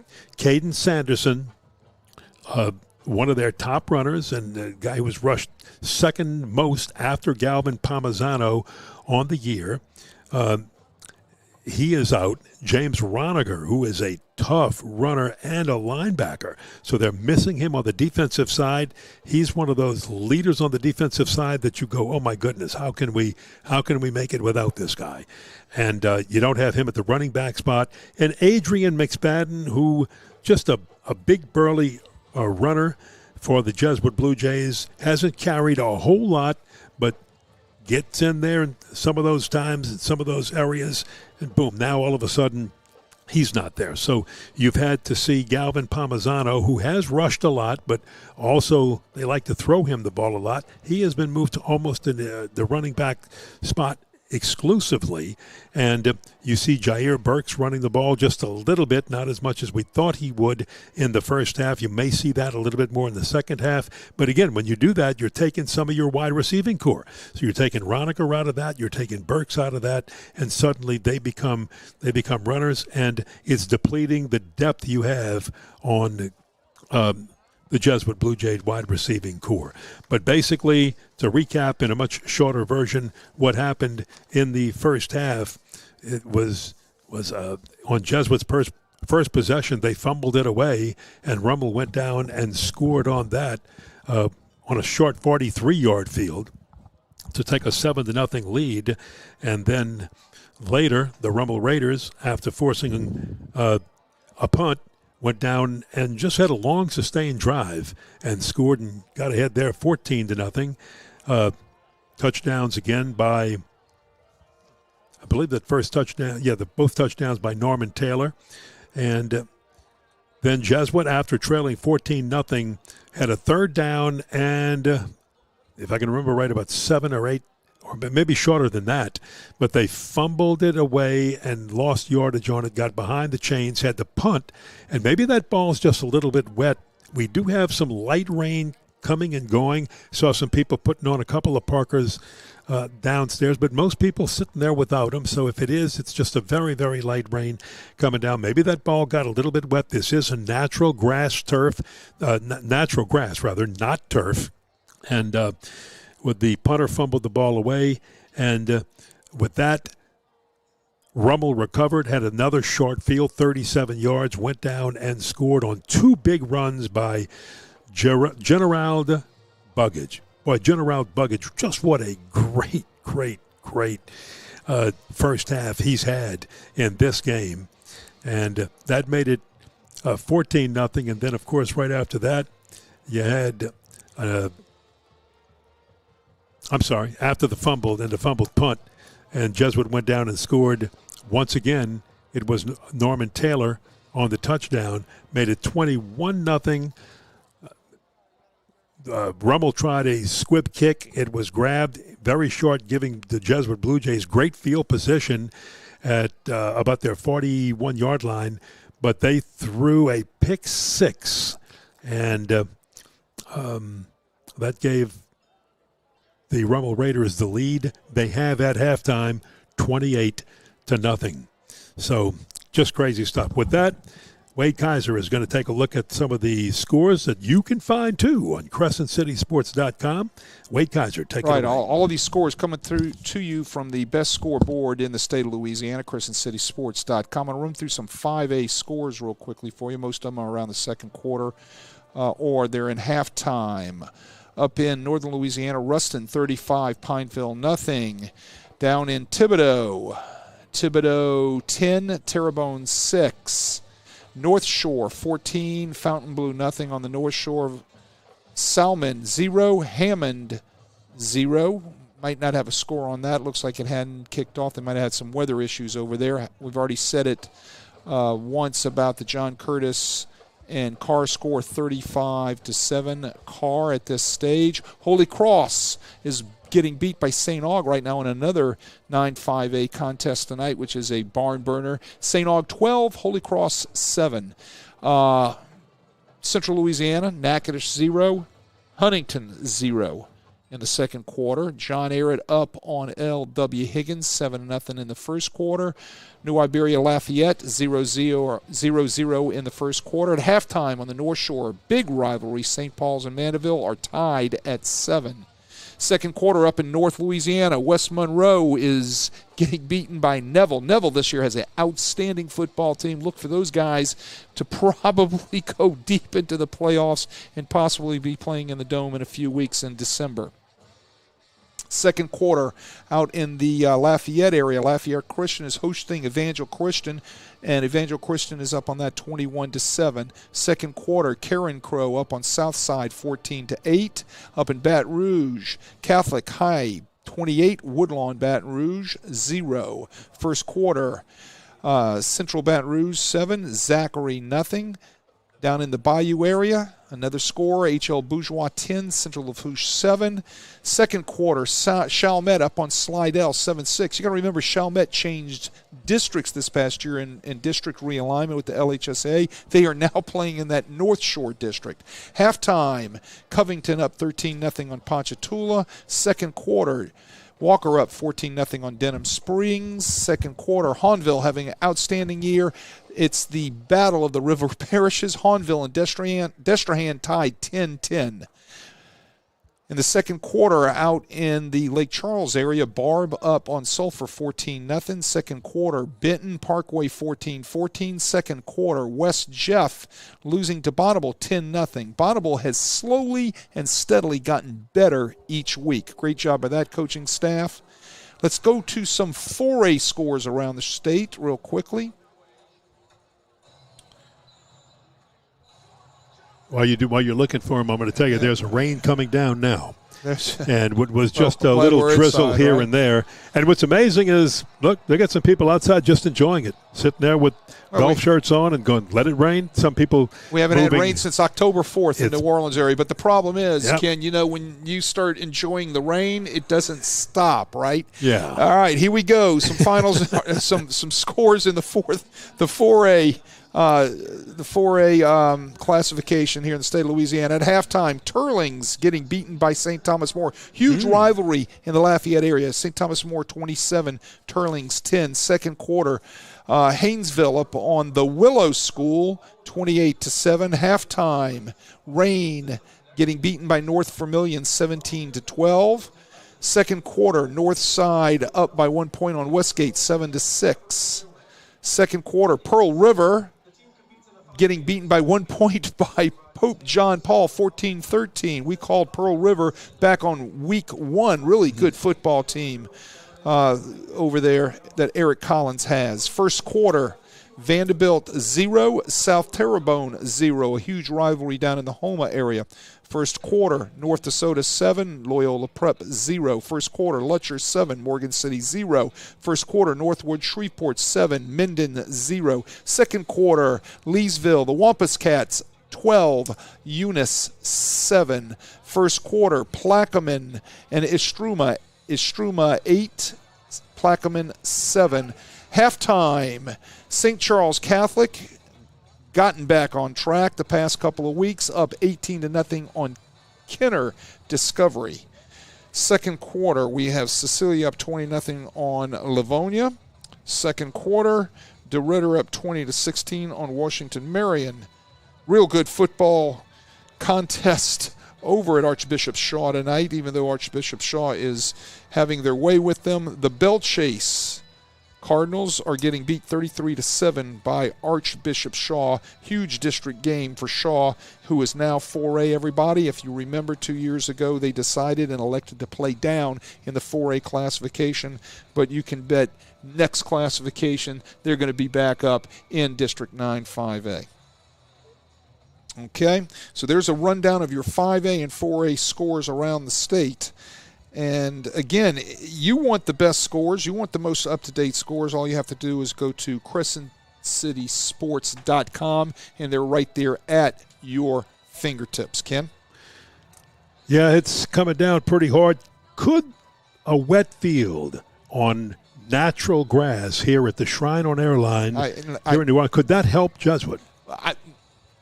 I don't know. I mean, I don't think that's an issue. That turf is so good down there, and it has drainage underneath it. It has. You got to remember, this was a professional baseball field, right? At one time, so the drainage is there, the infrastructure is there to suck water away, and then next you got to remember, this is now a professional rugby field that they play in the Professional Rugby League. The New Orleans Gold play here. This is their home stadium, so they're going to play on great turf surface, and that is exactly what they have the drainage there for, just to suck away that water. I don't think you're going to have an issue down there. I don't think it's going to be an advantage or disadvantage for either team. The balls, they should get traded out real quickly. The referee, namely the umpire, is in charge of keeping a towel over the ball to try to keep it dry. I don't see this being an issue going forward for the next 2 quarters. Well, Norman Taylor, good first half. scored the touchdowns outside of the pick six, and that pick six, I wish we could show it to you, but we're not able to get it up right now. Again, we've got a Kingsley Barconi, about a 41-yard return, and that made it 28-0, and that's where we are right now. But mostly it's just been a story of, hey, you take away the turnovers. Well, that's we talk about what adjustments are going to be made coming out at halftime. That was the next question. Right. There you go. I can read your mind. Thank you. You think we've worked together for a while. So the deal is, let's talk about what Jesuit had to talk about in that locker room right now. Look, they move the ball offensively. They're playing, believe it or not, solid defense. The score isn't showing it, right? Mm-hmm. But they've been playing solid on defense. Minor adjustments, maybe getting your safety down in the alley when Buggage is running the ball on the zone reads, things like that, making sure that your eyes are taking you to where the ball is, reading your keys and being at the right place at the right time. That might be an adjustment defensively. Offensively, what they have to do is they've got to stop the turnovers. So that's nothing but a motivational talk. That's nothing but, you might have to go in there and flip a table a little bit and get the motivation going from that end. Rummel, what do they have to do? They're playing great defense. They're opportunistic offensively. They need to make sure that they don't allow the guys in the blue jerseys back into this ball game. Nick Monica said, don't let them breathe. Let's see how that goes as the Blue Jays need the ball first and get the ball first. And here comes the return from the 14-yard line. And he was down before spilling that out. Jair Burks on the return. So let's see what the Blue Jays can do. Rain coming down, a light rain coming down, but it's coming. Well, it's going to be off and on through the rest of the game. Jesuit needs to make a statement right here on this drive. That's the other thing I'm sure that he talking about Ryan Manali to his offense. He said, if there's a time, guys, we've got to make a statement right here. If we don't make a statement right here, then we've kind of sealed our fate for tonight, right? Yeah. And so the importance of this drive right off the bat for the beginning of the third quarter is the penultimate drive of the game for the Jesuit Blue Jays. Hold on, I'm looking in my dictionary and thesaurus right now. I love that word. Don't know what it is, and I can't say it. Can you say it again? I can't spell it. Penultimate. I love it. I'm putting that down in my dictionary of broadcast terminology. I just remember studying that word for my ACT test that I wrote on my arm so I could use it in the test, right? Not the way you want to start the half. No, you don't. You started it on but I'm laughing, yes. Right. You started it on a 5-yard penalty, and now you're behind the sticks and you're not on schedule. All right, on first down. So here we go. We've talked about the shortage of running backs for the Jesuit Blue Jays. Palmisano being forced to run more than he would usually run without any help from Caden Sanderson and James Roniger, but he's going to have to carry the load here. Maybe gets a little help from Jair Burks. So the penalty puts the Blue Jays way behind the sticks. So it's second down and a long way to go. 3 wide outs to the top of your screen. Let's see if Norman Taylor wants to use them. They're going to keep it on the ground and nowhere to go. Rummel says, no, you're not running on that big line of Greg Jones, Philip Lees, Jacoby Dunn, and Frederick Banks. Well, that time it was Kitchen coming off the edge making the play right here on the zone read, right?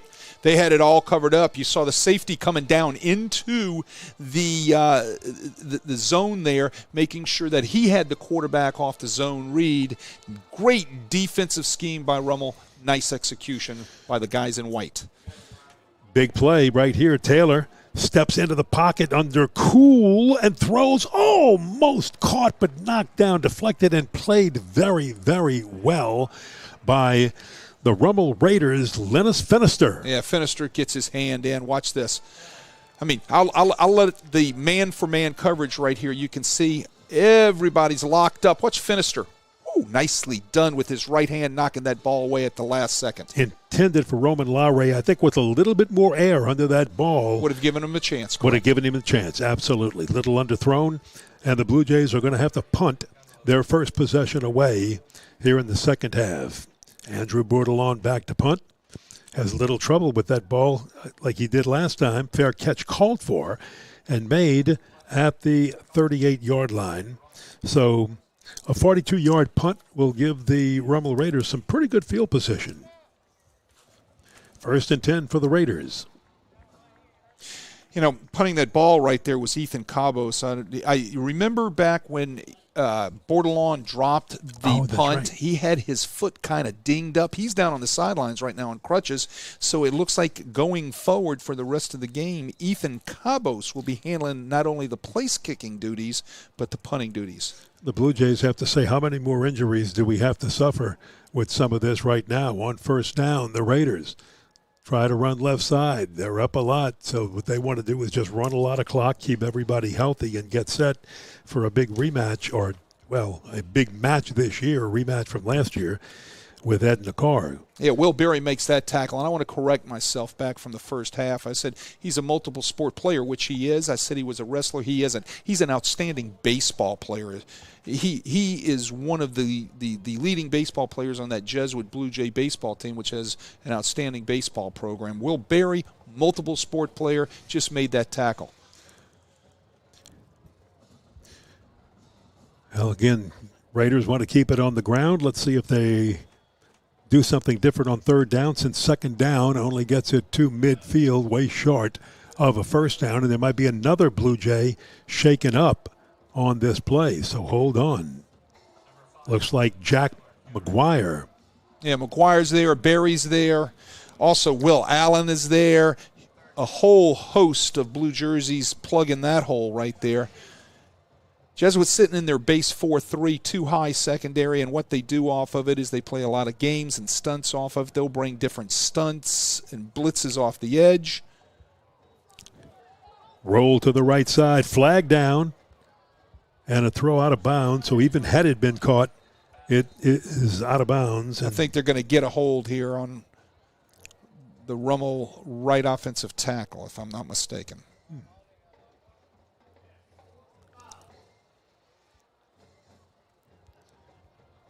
So if they back them up. Watch the hold right here. You're going to see it right there. Locked Locked arms, number 58. That was Jules Bartholomew was doing the tango with it. It looked like he was doing the tango with Will Berry, right? 1, 2, 3. 1, 2, 3. Well, right. decline that penalty and take fourth down and 5 and let the Raiders punt it away from midfield. Jesuit needs to go after this punt. Make something happen. They step elite. And a fair catch at the 21-yard line by Roman Larray. So the Blue Jays will have it. And let's see if they can get something moving. Rain coming down. It was a pretty heavy rain at halftime. And just watching to see if it's started to slacken up a little bit. And it looks like a light rain still coming down. It's a little hard for us to tell from where we are. We've got to find some dark background and try to measure that. So from the 21-yard line of the Blue Jays, and again, this might be that drive, Wade, where if you're going to answer it, you say this is the time we have to do it right now. Oh, they better get going. Taylor. Ooh, picked up well down below by Calvin McGee, and McGee is very close to a first down. I think he's got it. He'll move the chains. Yeah, they clear everything out. They run the drag underneath at about 8 yards, and they dump the ball off to McGee, and he gets to the edge and gets vertical right there to set up a second and short. Well, I tell you, I think they should measure, because it looks like, if you look at where the marker is, they're going to move him. I thought, of course, we couldn't tell. He went out of bounds right in front of the bench. Jesuit ready to go. Chains aren't set. They snap the ball anyway. Norton with a long throw right side, and it is caught. Is it caught in bounds? Out of bounds. Yeah, that's Mitchell Harris. He was out of bounds, caught it way out of bounds, trying to take a shot there on first down. Look at the protection by the guys in blue. Nice job by the Jesuit offensive line that gives Norton time to let go of that thing, but you can see it is off target. Great hands, zoning in on that ball, going up to get it, but just about a yard out of bounds, Mitchell Harris. So at the Blue Jay 31-yard line, second down and 10, Taylor Norton starting to air it out, trying to use many of those receivers. Good play action. Over the middle. Got him.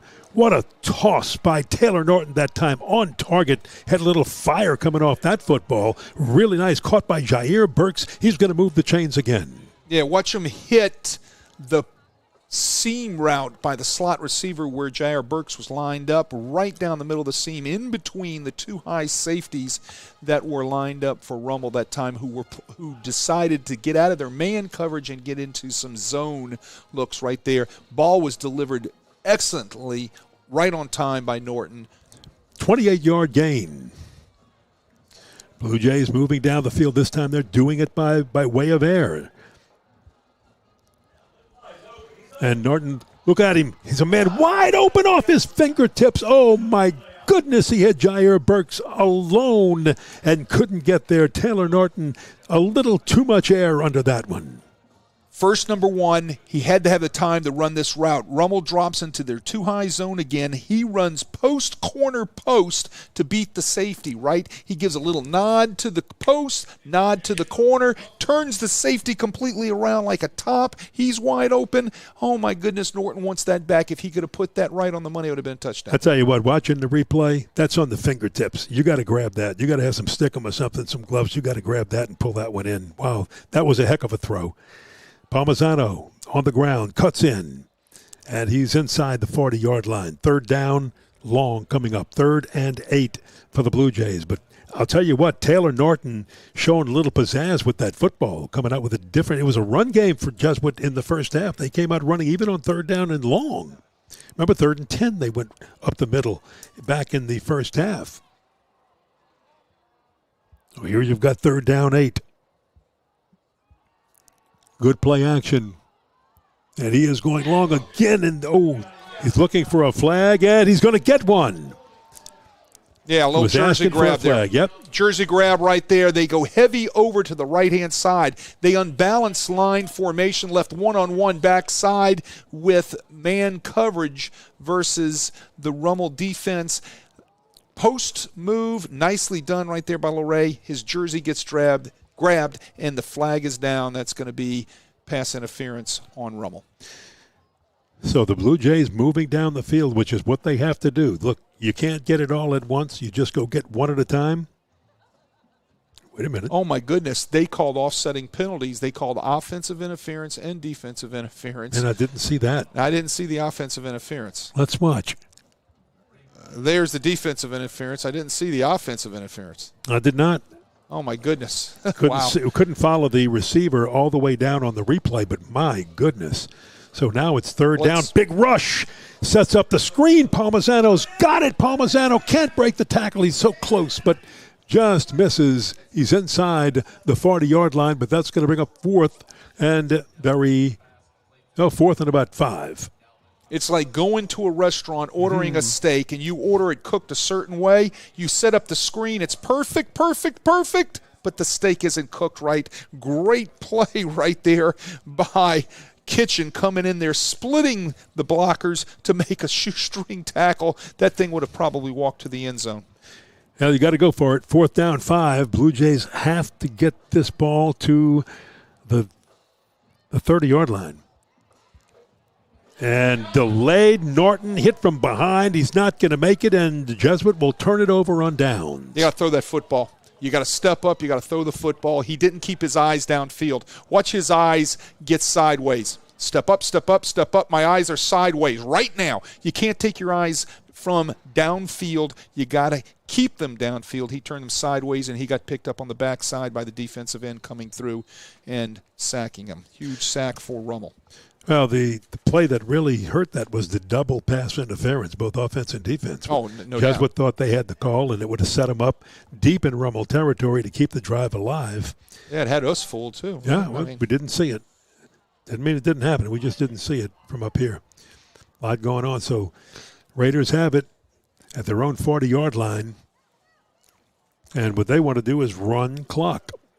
And Look, this Jesuit, Buggage, defense is good enough to shut things down. But you're right, Ken. They want to run the clock. They want to make sure that they hold on to the ball, and that's what Rummel has done tonight. Look at the turnover ratio, correct? Mm-hmm. They are, +3 in the turnover ratio, and they have scored off of all those turnovers, right? So Jesuit knows what they've got to do to shut this thing down. They have given their offense enough opportunity. Offensively, just hasn't gotten the job done tonight for Jesuit. When you see a line that tight, you're going to run, and you're going to just try to churn yardage out, and they hit it, and it goes nowhere because the Blue Jay front of Zyron Forstall, Will Allen, Will Berry, Griffin Ellis, you've talked about them, and the linebackers all plugging the hole. Hey, great little twist right there. If you saw that at home, you saw the defensive end come down, and they took the 3 technique, which is the defensive tackle at that time, which was Will Allen, came outside onto the contain.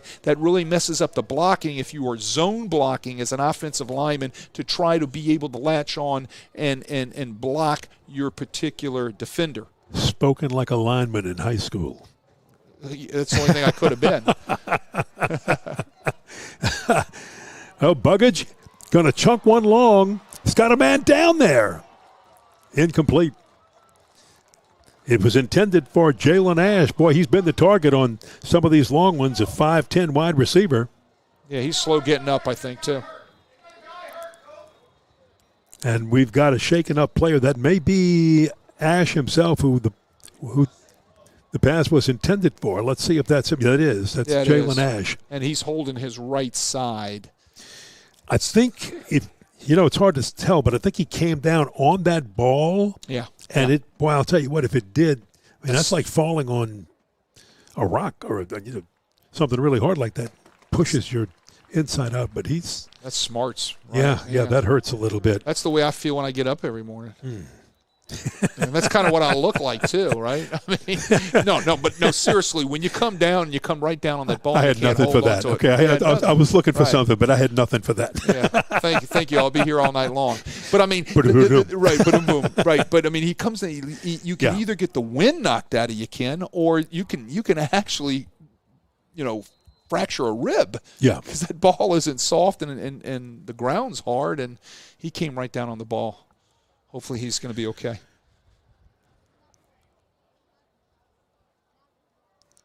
Now they're punting from their own 45-yard line. Punt blocked. Who's got it? It's picked up. This could be a return, blocked punt return for a touchdown, and it is. That's Christian Hebert. That could be the spark that the Jays need. We'll get a number for you on the block. They came after it. They got over the shield right here. See if we can get a number. It might have been Will Meyer getting his hands on that ball, knocking it down, and allowing the pick up, the scoop, and score for the touchdown, which gives the Jays a huge, huge spark. That's exactly what the doctor ordered. That's exactly what they needed. Wow. Blocked punt, Christian Hebert. Got to get that extra man on the field for the extra point. It is up and good. Yeah, I think it was Will Meyer on the block, and as you said, Christian Hebert with the scoop and score possibly. Yeah, that was him, 37. There you go. How about that, folks? Wow. And just like that, this is District 9 5A. We tell you no matter what the score is, never go away. Anything can happen. Well, that's, again, Jesuit defense comes up big right there. They do a great job forcing a punt. They get special teams, gets after it, and gets themselves a block and a score, right? Those are the things, the ingredients that you have to have in order to fight your way and claw your way back into a football game. And now Jesuit has to answer the bell again defensively. How about that? So Jesuit first points on the board, trail 28-7. But that, as Wade said, is sometimes just the spark you need. Let's see if it's enough. Will Meyer on the block.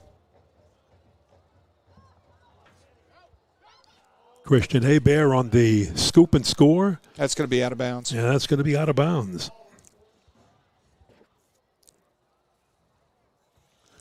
So, again, a mistake. That you just make one great play on special teams, and then you kick the ball out of bounds, right? Whether, you're not trying to do that on purpose, but you're trying to get it to a particular aiming point on the kick there, and that's a huge mistake, because what that does is that sets Rummel up almost at midfield, right? Yeah, way too good field position here for the Rummel Raiders. Right, yeah, Rummel takes over the ball at their own 49-yard line. They're remarking it, yeah. Yeah, so because that's where it went out of bounds since it went out of bounds before the 35-yard line. So there you go. Rummel's sitting here right in business again, and that's a huge mistake for the Jesuit special teams. So from their own 50-yard line, Buggage will hand it off.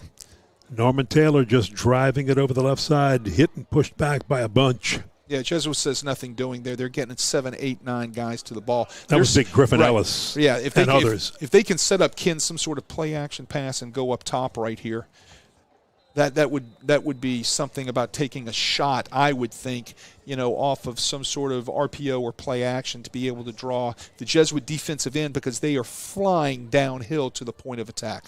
Second down, midfield. Yeah, let's see what happens here. You've got Norman Taylor. It's been a pretty good day for him, scoring touchdowns in the first quarter. And here's a good play action. Buggage on the throw, has a man, makes the catch falling at the 40-yard line. It is a catch and incomplete, they say. They wave it off, incomplete pass. Yeah, Buggage just didn't get the ball there. He had the receiver wide open. He was the second receiver. He was looking at the vertical route that was running down the sideline wide open, and I think that was number 6, Kendrick Joseph, the secondary receiver, that was on the drag that he went to, and Buggage could not get him the ball. In the first half, when the Raiders needed to get going on their early drive, they used number 18, Sam Smith, just on that little shot right over the middle, about 10, 15 yards.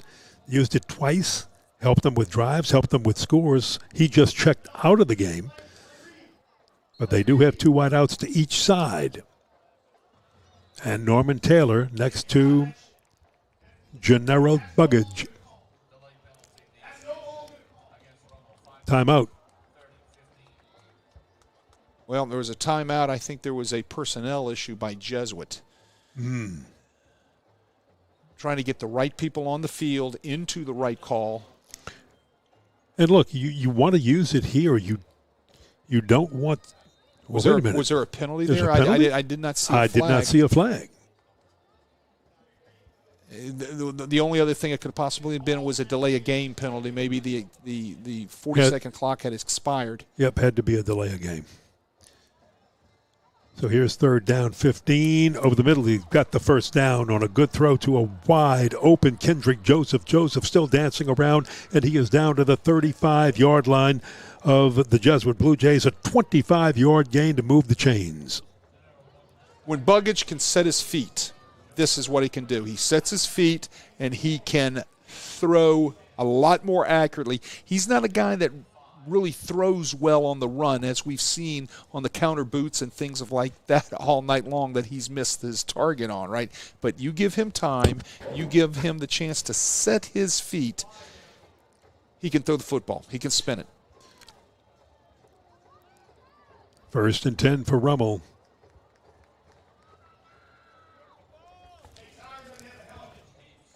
Excellently defended right there by Gio Matranga there on the zone read. Watch Gio Matranga from his linebacker position. Scrape, and bang, right there, make a nice tackle. Also getting in there were a couple of the Blue Jays doing a nice job running downhill in their alleys to make sure that Buggage couldn't take off like we saw in the first half. 2nd down and 7 from the Jesuit 33. Blue Jays have to keep Rummel out of the end zone. Buggage on a keeper all the way. Wanted to go up, couldn't cut left, tried up the middle, and somehow gets about 3 just inside the 30 to the 29-yard line. Yeah, having a couple helmets pop off out there, usually that's a telltale sign that somebody is getting hands up under the face mask and extending their hands, right? You know, you play a lot of this game, believe it or not, today with hands, trying to get them placed in the right spot, hand placement. And sometimes those hands miss and they slide off of those chests and those jerseys and they get up under the face mask, and that's usually a telltale sign when the helmet pops off. 3rd and 4 from the 29. Quick pass over the middle, knocked down. Big play right there to keep Rummel from getting the first down. Well, there's your Y release right there, or Y seam, but excellently played by Mo Madalowski. What does he do? He makes an adjustment at halftime, because I'm sure that was talked about by Darryl Rule, that said no longer are they going to complete that, right? So what does he do? He reads it because it's his eyes that take him to that route. He jumps it quickly, and it's almost picked. Now, you'd say under normal circumstances, Rummel could kick a field goal here just to add to their lead, but they are down to walk-on soccer kickers right now. So they're going to go forward on 4th, and Buggage gets it around the left side. He'll move the chains. Rummel keeps the football inside the 20, and just a good play by Buggage. You can see that quick burst of speed. He is hard to bring down. Well, also is the right call at the right time. They caught Jesuit in a blitz and in man coverage. They brought the outside linebacker that would have been responsible for the quarterback on the zone read right there, got caught up inside because he was blitzing downhill. You know, it's kind of like, you know, for Rummel, the hitting cherries on the slot machine, and then for Jesuit coming up empty, right? So you know, just the right play, right time, wrong call, caught him in the wrong defense. Buggage gave him 8 on 3rd and 5, moves the chains down to the 18-yard line of the Blue Jays. First down, Rummel, and they're down to the 15-yard line where the rugby scrum stops the Rummel Raider running back. Nowhere to go. Watch this replay. Yeah, a little counter right there. That's their bread and butter. Any way you look at it, depending on how you pull, the first puller is usually the guard. He's going to be the kick-out guy, and they're either going to take the tight end, they're going to take the H-back, they're going to take a fullback, they're going to take somebody and try to seal them up and through. It's just another way to run counter. Boy, Norman Taylor is going to sleep well tonight. So will He's I. the running back. How about you? I know you're going to sleep I lost well. count on his carries, but I'll tell you what, wow, he has worked for this one. And again, Rummel, they want to run clock. There's no rush to score here. They can take their time. They want to see this clock run down. 13 seconds to go. Clock ticking, 12, 11, 10 in the third quarter, and they're not going to have to snap the ball. They're going to let the third quarter clock run out. In control right now, 28-7. Blue Jays have had their chances, but the depth chart just a little thin, and it's played a role in this one, which cost them some mistakes in the first half, as well as the rain with the wet football, light rain coming down. I think it's stopped now, but we have played 3 quarters, and after 3, it is Rummel leading Jesuit 28-7. Want to thank our third quarter sponsor. Tonight's coverage on Crescent City Sports brought to you by Game On Social Hub at 2421 Veterans in Kenner, with a full-service restaurant, arcade games, bowling, Wade Kaiser's favorite event, axe throwing, and laser tag. Game On has it all. They're open till midnight tonight. And on Monday nights from 6 to 7, join Ken Trahand and a special guest for live football conversation on 106.1 The Ticket. Ken's had some real good guests. A lot of past Saints players show up on guest night, and, man, they get in there and talk with the fans. They talk good Saints football, LSU Tulane, talk high school football. A lot of fun. Game On, folks. You want to be there. A lot of fun. Well, the story tonight also has been the turnovers, right, and scoring off the turnovers, everything falling in Rummel's direction with that, right? And, you know, that's the secret, and here they are again, you know, threatening. Yeah, and Jesuit needs to stop here. They got to at least hold them to 3. So if you're Rummel, you're getting set. What do you want to work on in this fourth quarter as you get set for Edna Carr next week if everything holds, unless Jesuit was to pull a comeback? Well, the first thing is you got to take care of these guys tonight. And Buggage in trouble. And because Jesuit can still bring it, right? Yep. And they just did. Yeah. So, you know, for the next, you know, 11 minutes, 45 seconds. Don't look ahead. Don't look ahead. There you go. That's what I was fixing to tell you. Right? You better not be looking ahead. Well, if you do, something like this could happen because, like you said, Blue Jays are still coming. Yeah, I mean, look, these are two great coach teams, right? And neither team, even though you're down right here on the scoreboard, one is not going to give up. You know, they're going to play hard all the way till the end. And, you know, Jesuit can show that they can do something to get some sort of way to get and fight their way back into this. Block a punt, maybe, like they did. And about 5, there's a little slant in. It's up in the air. Nobody could grab it, but the guy trying for it was Michael Green of the Rummel Raiders, but he couldn't get a hand on it. Had he got it in the end zone off the deflection, it would have been a score. Yeah, tip drill, right? I mean, everybody, every defense, every offense group of receivers practice. There's the tip, and oh, my goodness. So Michael Green, number 87, but just as close and Jack was two McGuire. Jesuit defenders, yeah. And Jack McGuire, number 16, for the Blue Jays, couldn't get there either. So as well as Cole Punke, I believe, was there. Right, that's lucky. For Rummel that ball got down on the ground real fast. So Rummel turns it over on downs. Blue Jays have the football.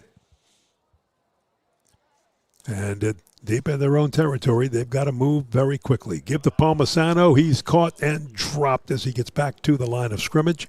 May have lost a yard, and he will. Yeah, that Rummel defensive line has played well tonight. They, you know, those guys up front usually don't get a whole heck of a lot of kudos, but watch, you saw big number 95 right there, Jacoby Dunn, do a great job getting the inside leverage on the offensive tackle and coming right down the line and making a play in the backfield on Palmisano. 2nd down, 11, Blue Jays at their own 14-yard line. Norton wants to throw it long down the sideline. Almost picked off. Well played that time by Chris Parker. Yeah, Jesuit receivers are having trouble getting off of this man coverage, Ken.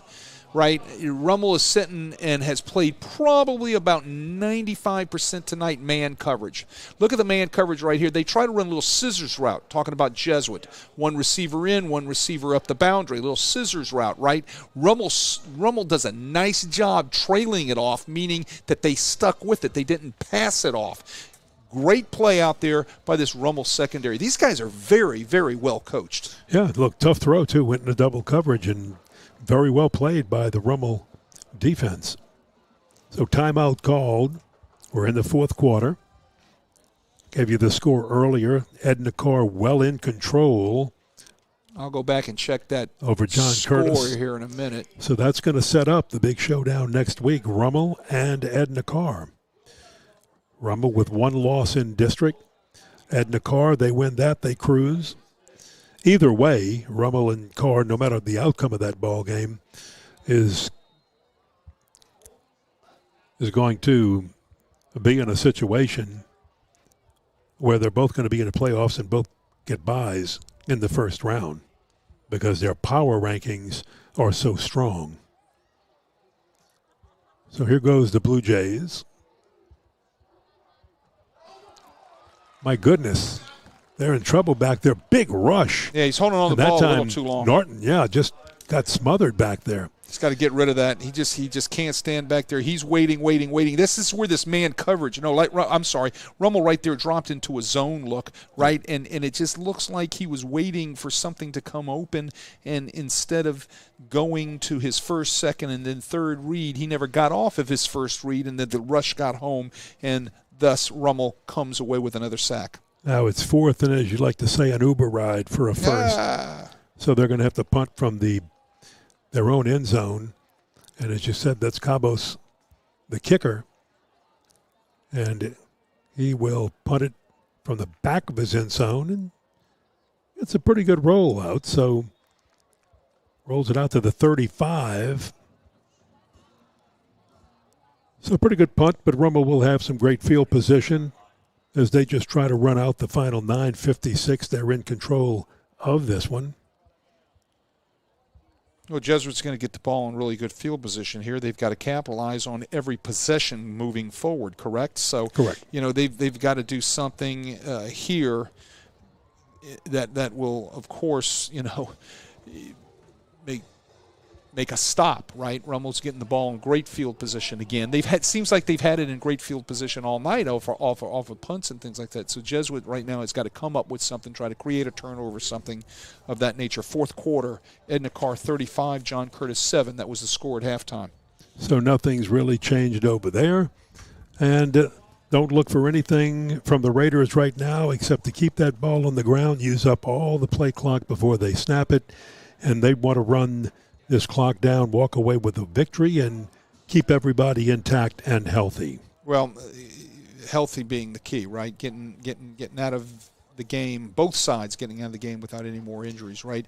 Rummel needs to make sure that ball is locked down high and tight, because the guys in blue are going to be reaching, grabbing, punching, and pulling at the arms of those running backs and receivers. And look, the guys in blue, we talked about their injuries at wide receiver at running back, and how they've had to move wide receivers over. Palmisano was as much a runner this year as he was a wide receiver, but the ability to use him at both positions is no longer there. It's all about depth. It's about depth, and that really hurt them badly. And again, the Raiders keeping it on the ground. They're just going to hand it off to Norman Taylor or Hawkins, and it's been Taylor most of the night. Yeah, that time Alex Moore came down from his defensive end position to make a nice tackle. Yeah, I don't have numbers. Not out there right now is Zion Forstall. You got to remember Zion Forstall has been fighting shoulder injuries for the most part. So you're missing Zion Forstall. He's not hurt, but I mean he's just been playing hurt. He's just not in there right now. And you've got your linebacker James Roniger, who's also a running back, and you don't have him as your middle linebacker in there. So that does make a difference. And here you see the other running back we talk about, Corian Hawkins. And Hawkins over the right side running it down. He may have enough to move the chains, and he does. First down, Rummel. Yeah, uncharacteristic. Jack McGuire missing a tackle in the alley. Watch him come down from his safety position right here. There's the bounce outside. Everybody does their job for the Jesuit defense right there, getting it to be able to be bounced to the edge. What do? You got to set the edge. You got to make the tackle. Jack McGuire misses it right there in the alley, coming down from his safety position. So let's see if they give it to Hawkins again, as the Raiders just want to keep it on the ground and eat some clock. Nearing the 7.5-minute mark of this game, and they do. Hawkins with the handoff, and the sophomore running back, 5'8", 185, just takes it over the left side. Nothing fancy. Yeah, watch Will Meyer right here, number 15. Sits, fits. Nice tackle, Will Meyer. He's the guy with the 4.2 GPA. Remember that? Right? I talked about that you couldn't take my GPA, add it together a couple of times, and get to 4.2. Now, Gennaro Buggage, the quarterback, a senior quarterback, throws well, runs well, but just has the experience in class, handing it off here once again to Hawkins, who busts into the end zone. Touchdown, Corian Hawkins. Off a counter play, excellently blocked by that Rummel offensive line. Watch the pullers here, ladies and gentlemen. Everybody at home, 62, bang, and coming around, number 14, doing an outstanding job. Mark Shesby doing a great job as the cleanup blocker on the counter to be able to spring Hawkins into the end zone. You want a clinic on how to run counter? That's it. Rummel will teach you how to run counter. Robert Vargas in to attempt the point after. He kicks it up and good. And it is 35-7. Rummel over Jesuit. That could be the dagger, Ken. Right there. That's the one that Jesuit couldn't have, right? But let's look at it again. Great effort by the Rummel defense. You get the punt. The punt's kind of short, and it's going to set Rummel up in great field position on the Jesuit side of the field, and it results in another touchdown for Rummel. So short fields, turnovers, splash plays, all of those things tonight have gone Rummel's way. And when you want to dial up a game and you want things to be able to go your way, those are the scenarios for success, and Rummel's had that here tonight. And if there is a timeout or a break, we get a chance, I'd like to put those standings up, the power standings, not yet because they're getting ready to kick off, but I want to put them up and talk about that in terms of what Jesuit faces with the injuries they have and how that might affect where they might be in the playoffs down the road. Coming back is one thing. Coming back with a handful of injuries, and you're right, I forgot about Forstall defensively playing with that sore shoulder, which holds him up and stops him just a little bit. Absolutely. Blue Jays need a big return just to get it down, put some points on the board, keep the offense going. And Jair Burks gets it out to past the 30.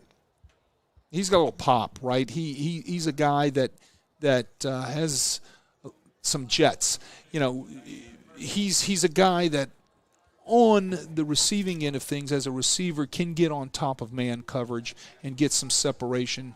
He's a guy on your kickoff return teams that does a nice job hitting the hole and can, set your offense up in pretty good field position. So we've seen the burst of speed from him tonight, both as a receiver and nice burst. Yeah. So 1st and 10. Norton throws it. Taylor Norton complete. Out to the 36. Rummel will give up the little bit. Got Roman Lauray on that. Yeah, they take the X drag right there, and Lauray, this time they drag him underneath at about 10 yards. You can see it right at the top of the screen. There he is, dragging, climbing up to about 8 to 10. Ball's delivered nicely.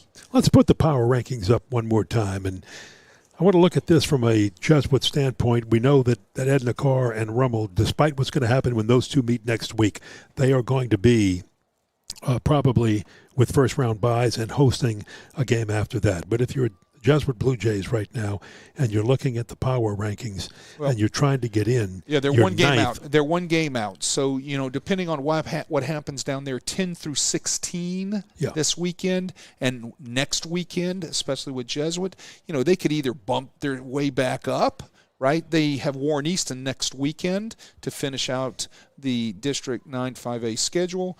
They could possibly get their way bumped back up. It also depends on what happens in that 1 through 8, right? So, there's still football left to be played. There's still some jostling left to be done. But what do you want to do? If you're 9 through 16, you're going to be facing,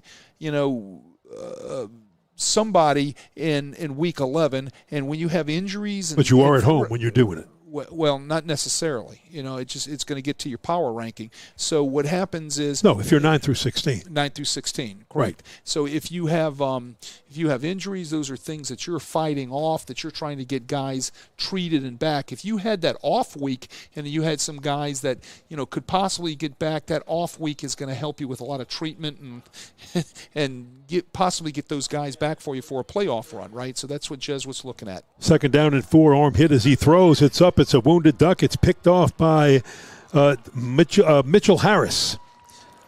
Now the Raiders have it. Mitchell, boy, he got really hit hard. When I say he, Taylor Norton, Jesuit quarterback, got hit.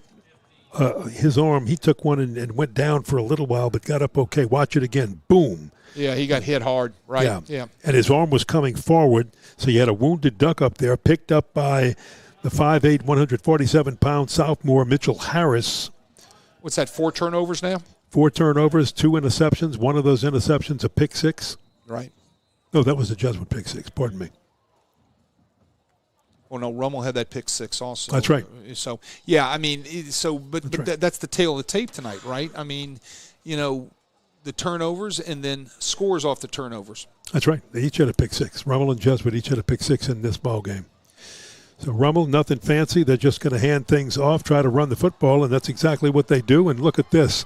All the way, my goodness, Norman Taylor makes it look easy, and he goes 43 yards for a touchdown on the first play after that interception. Great blocking up front. He just kind of picks his way in the small crease that he finds at the line of scrimmages and bounces it out to Daylight on his right side and runs down the boundary and outruns everybody that's in a blue jersey. No one home with the secondary there. That kind of pushes that knife in a little bit further between the shoulder blades. Vargas with the extra point. Look, key And again it's 42-7. Yeah, key again here. What do? They score off the turnover. Yeah, that's another point off turnover. Exactly. And let me say this. If you're watching this game and you haven't been following 9-5A, Jesuit's got a lot of injuries. Jesuit's got a game where things just went crazy and went wrong. Rummel's had a game where most things have gone right. And they've earned this victory without a doubt. But this is a Jesuit team that if they stay healthy and they can get one or two of these players back that are injured, they can still finish in a power ranking in the top 16. You might not be in the top 8. You won't get that first bye. But if you're, again, 9 through 16, you're hosting. Well, and still, 5:44 left in this thing. You never know. But, the die might be cast here. The bottom line is there's things that Jesuit's got to fix, and they got to fix them before Warren Easton next week because they can't, they're going to be in that 16, that tournament of 16. They're going to be in that. What they want to do is you got to fix you. Right, and right. That great coaching staff that they have at Carrollton and Banks, those guys will fix themselves and get themselves ready for Warren Easton next week in the playoffs. What Rummel has to do is they'll go in and fix anything that they did wrong. They have a few mistakes that they got to iron out, and they got to get ready for the showdown next week. Yeah, and you look at Ed in the car, and what Bryce Brown has done over there. I mean, they're just a juggernaut, and. You wonder if they can be beaten this year. I mean, they're just rolling through everybody, and they can be. And they have been. There's a formula. Jesuit knows the formula. Jesuit a couple of weeks ago, was in a tight ball game all the way up to about midway through the third quarter, and then it exploded. The secret and the formula is A, keep the ball away from them. Ball control. B, make sure that when you're playing defense against these guys that they do not can just have splash play after splash play after splash play after splash play because they are a team that want to be able to strike fast. They don't like to drive the ball 9, 10, 12 plays down the field. They're a team that wants to strike from anywhere at any time on the field. You've got to make them drive the football. By the way, on first down, that was a freshman, Riley Rubion, running the ball. It's good to see freshmen out there playing. 26th rush of the year, getting a little experience and getting him ready because, again, with the injuries at running back, they're going to need some help, especially when they get into some of these big games. So Rubion again on the run as a freshman.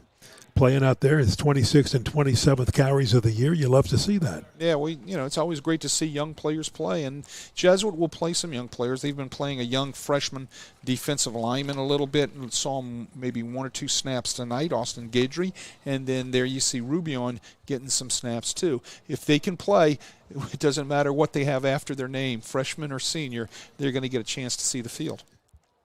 And as we said, you're hearing – besides Rubion, you've heard Palmisano. You have not heard Caden Sanderson or James Roniger or Adrian McSpadden, a sophomore, but mostly Sanderson and Roniger. And you hope those two guys are going to be ready to play in the next 2 weeks, or at least by playoff time.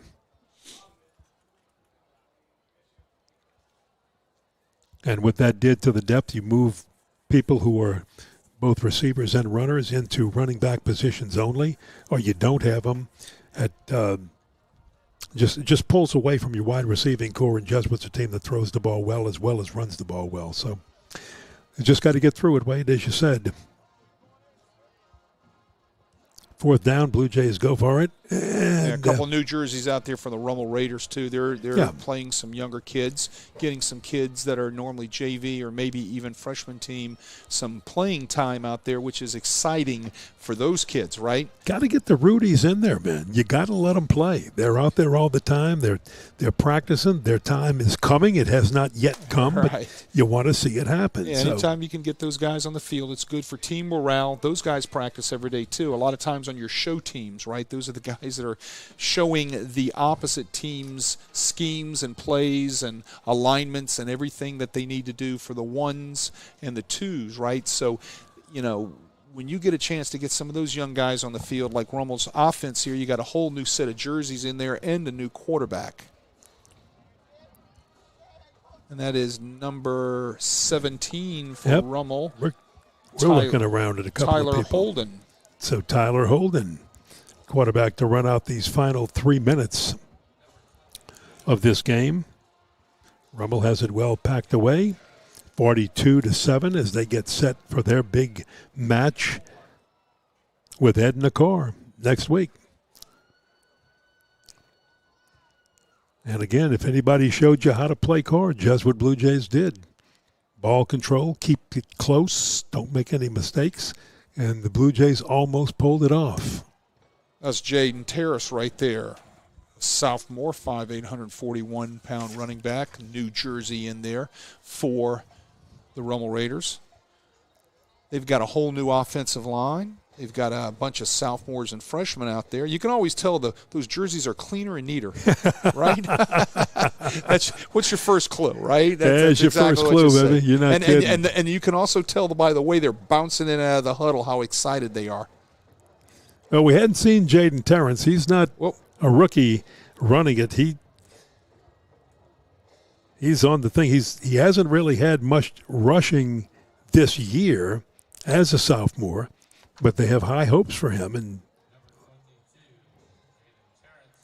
got a lot of new jerseys out there for Jesuit also. And you see it again. This is grass, natural grass, and it did rain, and it is slippery. Tyler Holden, your backup quarterback, in there just handing it off, and he's been handing it off to Jaden Terrence. Holden at 5'8", sophomore. And it's going to go out on downs. So Rummel turns it over on downs, and Jesuit will have it for the final 1 minute, 26 seconds. Let's see who the Blue Jays put in this one. Yeah, I mean, next week Jesuit will have Warren Easton, week 10. Little renewing the rivalry between those two mid-city schools, that we could go back into the archives and show you some of the great Warren Easton Jesuit games of the past, right, for city championships and those sort of things. If you want to, of course, go back, and I think you had a part to play in it, Ron Brocado's show, correct? Yeah, that was the Glory Days. The Glory feature. Days. You can just go back and just kind of catch yourself up, everybody, on some of the Jesuit Warren Easton days of gold back when those were the two most dominating schools in prep sports in the city. That was Jonathan Liu running that last one for the Blue Jays. A senior coming off the bench, getting a little playing time. Look, before the Catholic League, before 958 was called the Catholic League or whatever it was, back when schools only went single A, double A, and triple A, the city championship, the city league, was more prestigious than almost a state championship locally. That's how it was back in the old days. Well, the city championship, but you got to also remember the LHSA didn't. Oh, we got a fumble and a pickup here. That's Johnny Nyen, and we're going the other way. Number 36. And there you go for the Rummel Raiders. Jonathan Martin Jr. picks that up, scoops it. Let's see if we can see it. Jesuit pops the counter. Ball out. Tell you what, I think he was down. Yeah, he looked down. I agree. But they don't have replay to go back and look. Don't tell Jonathan Martin that, right? I'm picking that thing up. We're not telling you that, baby. You go with it. You did the right thing. Right. But getting back to what I was saying, you got to remember the Louisiana High School Athletic Association did not come into being until 1920. Yes. Right? So before 1920, any sports that were played on a level of league and in your city and perish, right? Correct. And like you said, that city championship in New Orleans, if you look back at history, even post-1920, before the LHSAA really put together their playoff brackets and the way they did things, that city championship in the city of New Orleans was the game in the state of Louisiana, and many times that involved what you're going to see next week in Week 10 between the Warren Easton Eagles and the Jesuit Blue Jays.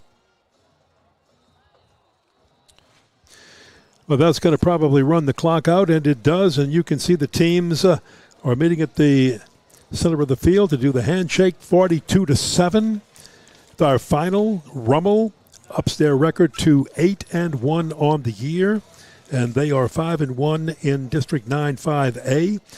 Jesuit falls to 5-4, 3-3 in 9-5A. More importantly, you got to wait to see what else happens in the league. Right now, Jesuit is still in that top 16, which means for the Blue Jays, they might not get, well, they wouldn't get the bye, but they could still host if it holds, and depending on how they do next week. So that's important. For Rummel, they're going to close the regular season with Edna Carr. Win or lose for either one of them, they're both going to get a bye. They're both going to be in the top 8. They're both going to then be hosting a playoff game after that, so they're both in the driver's seat.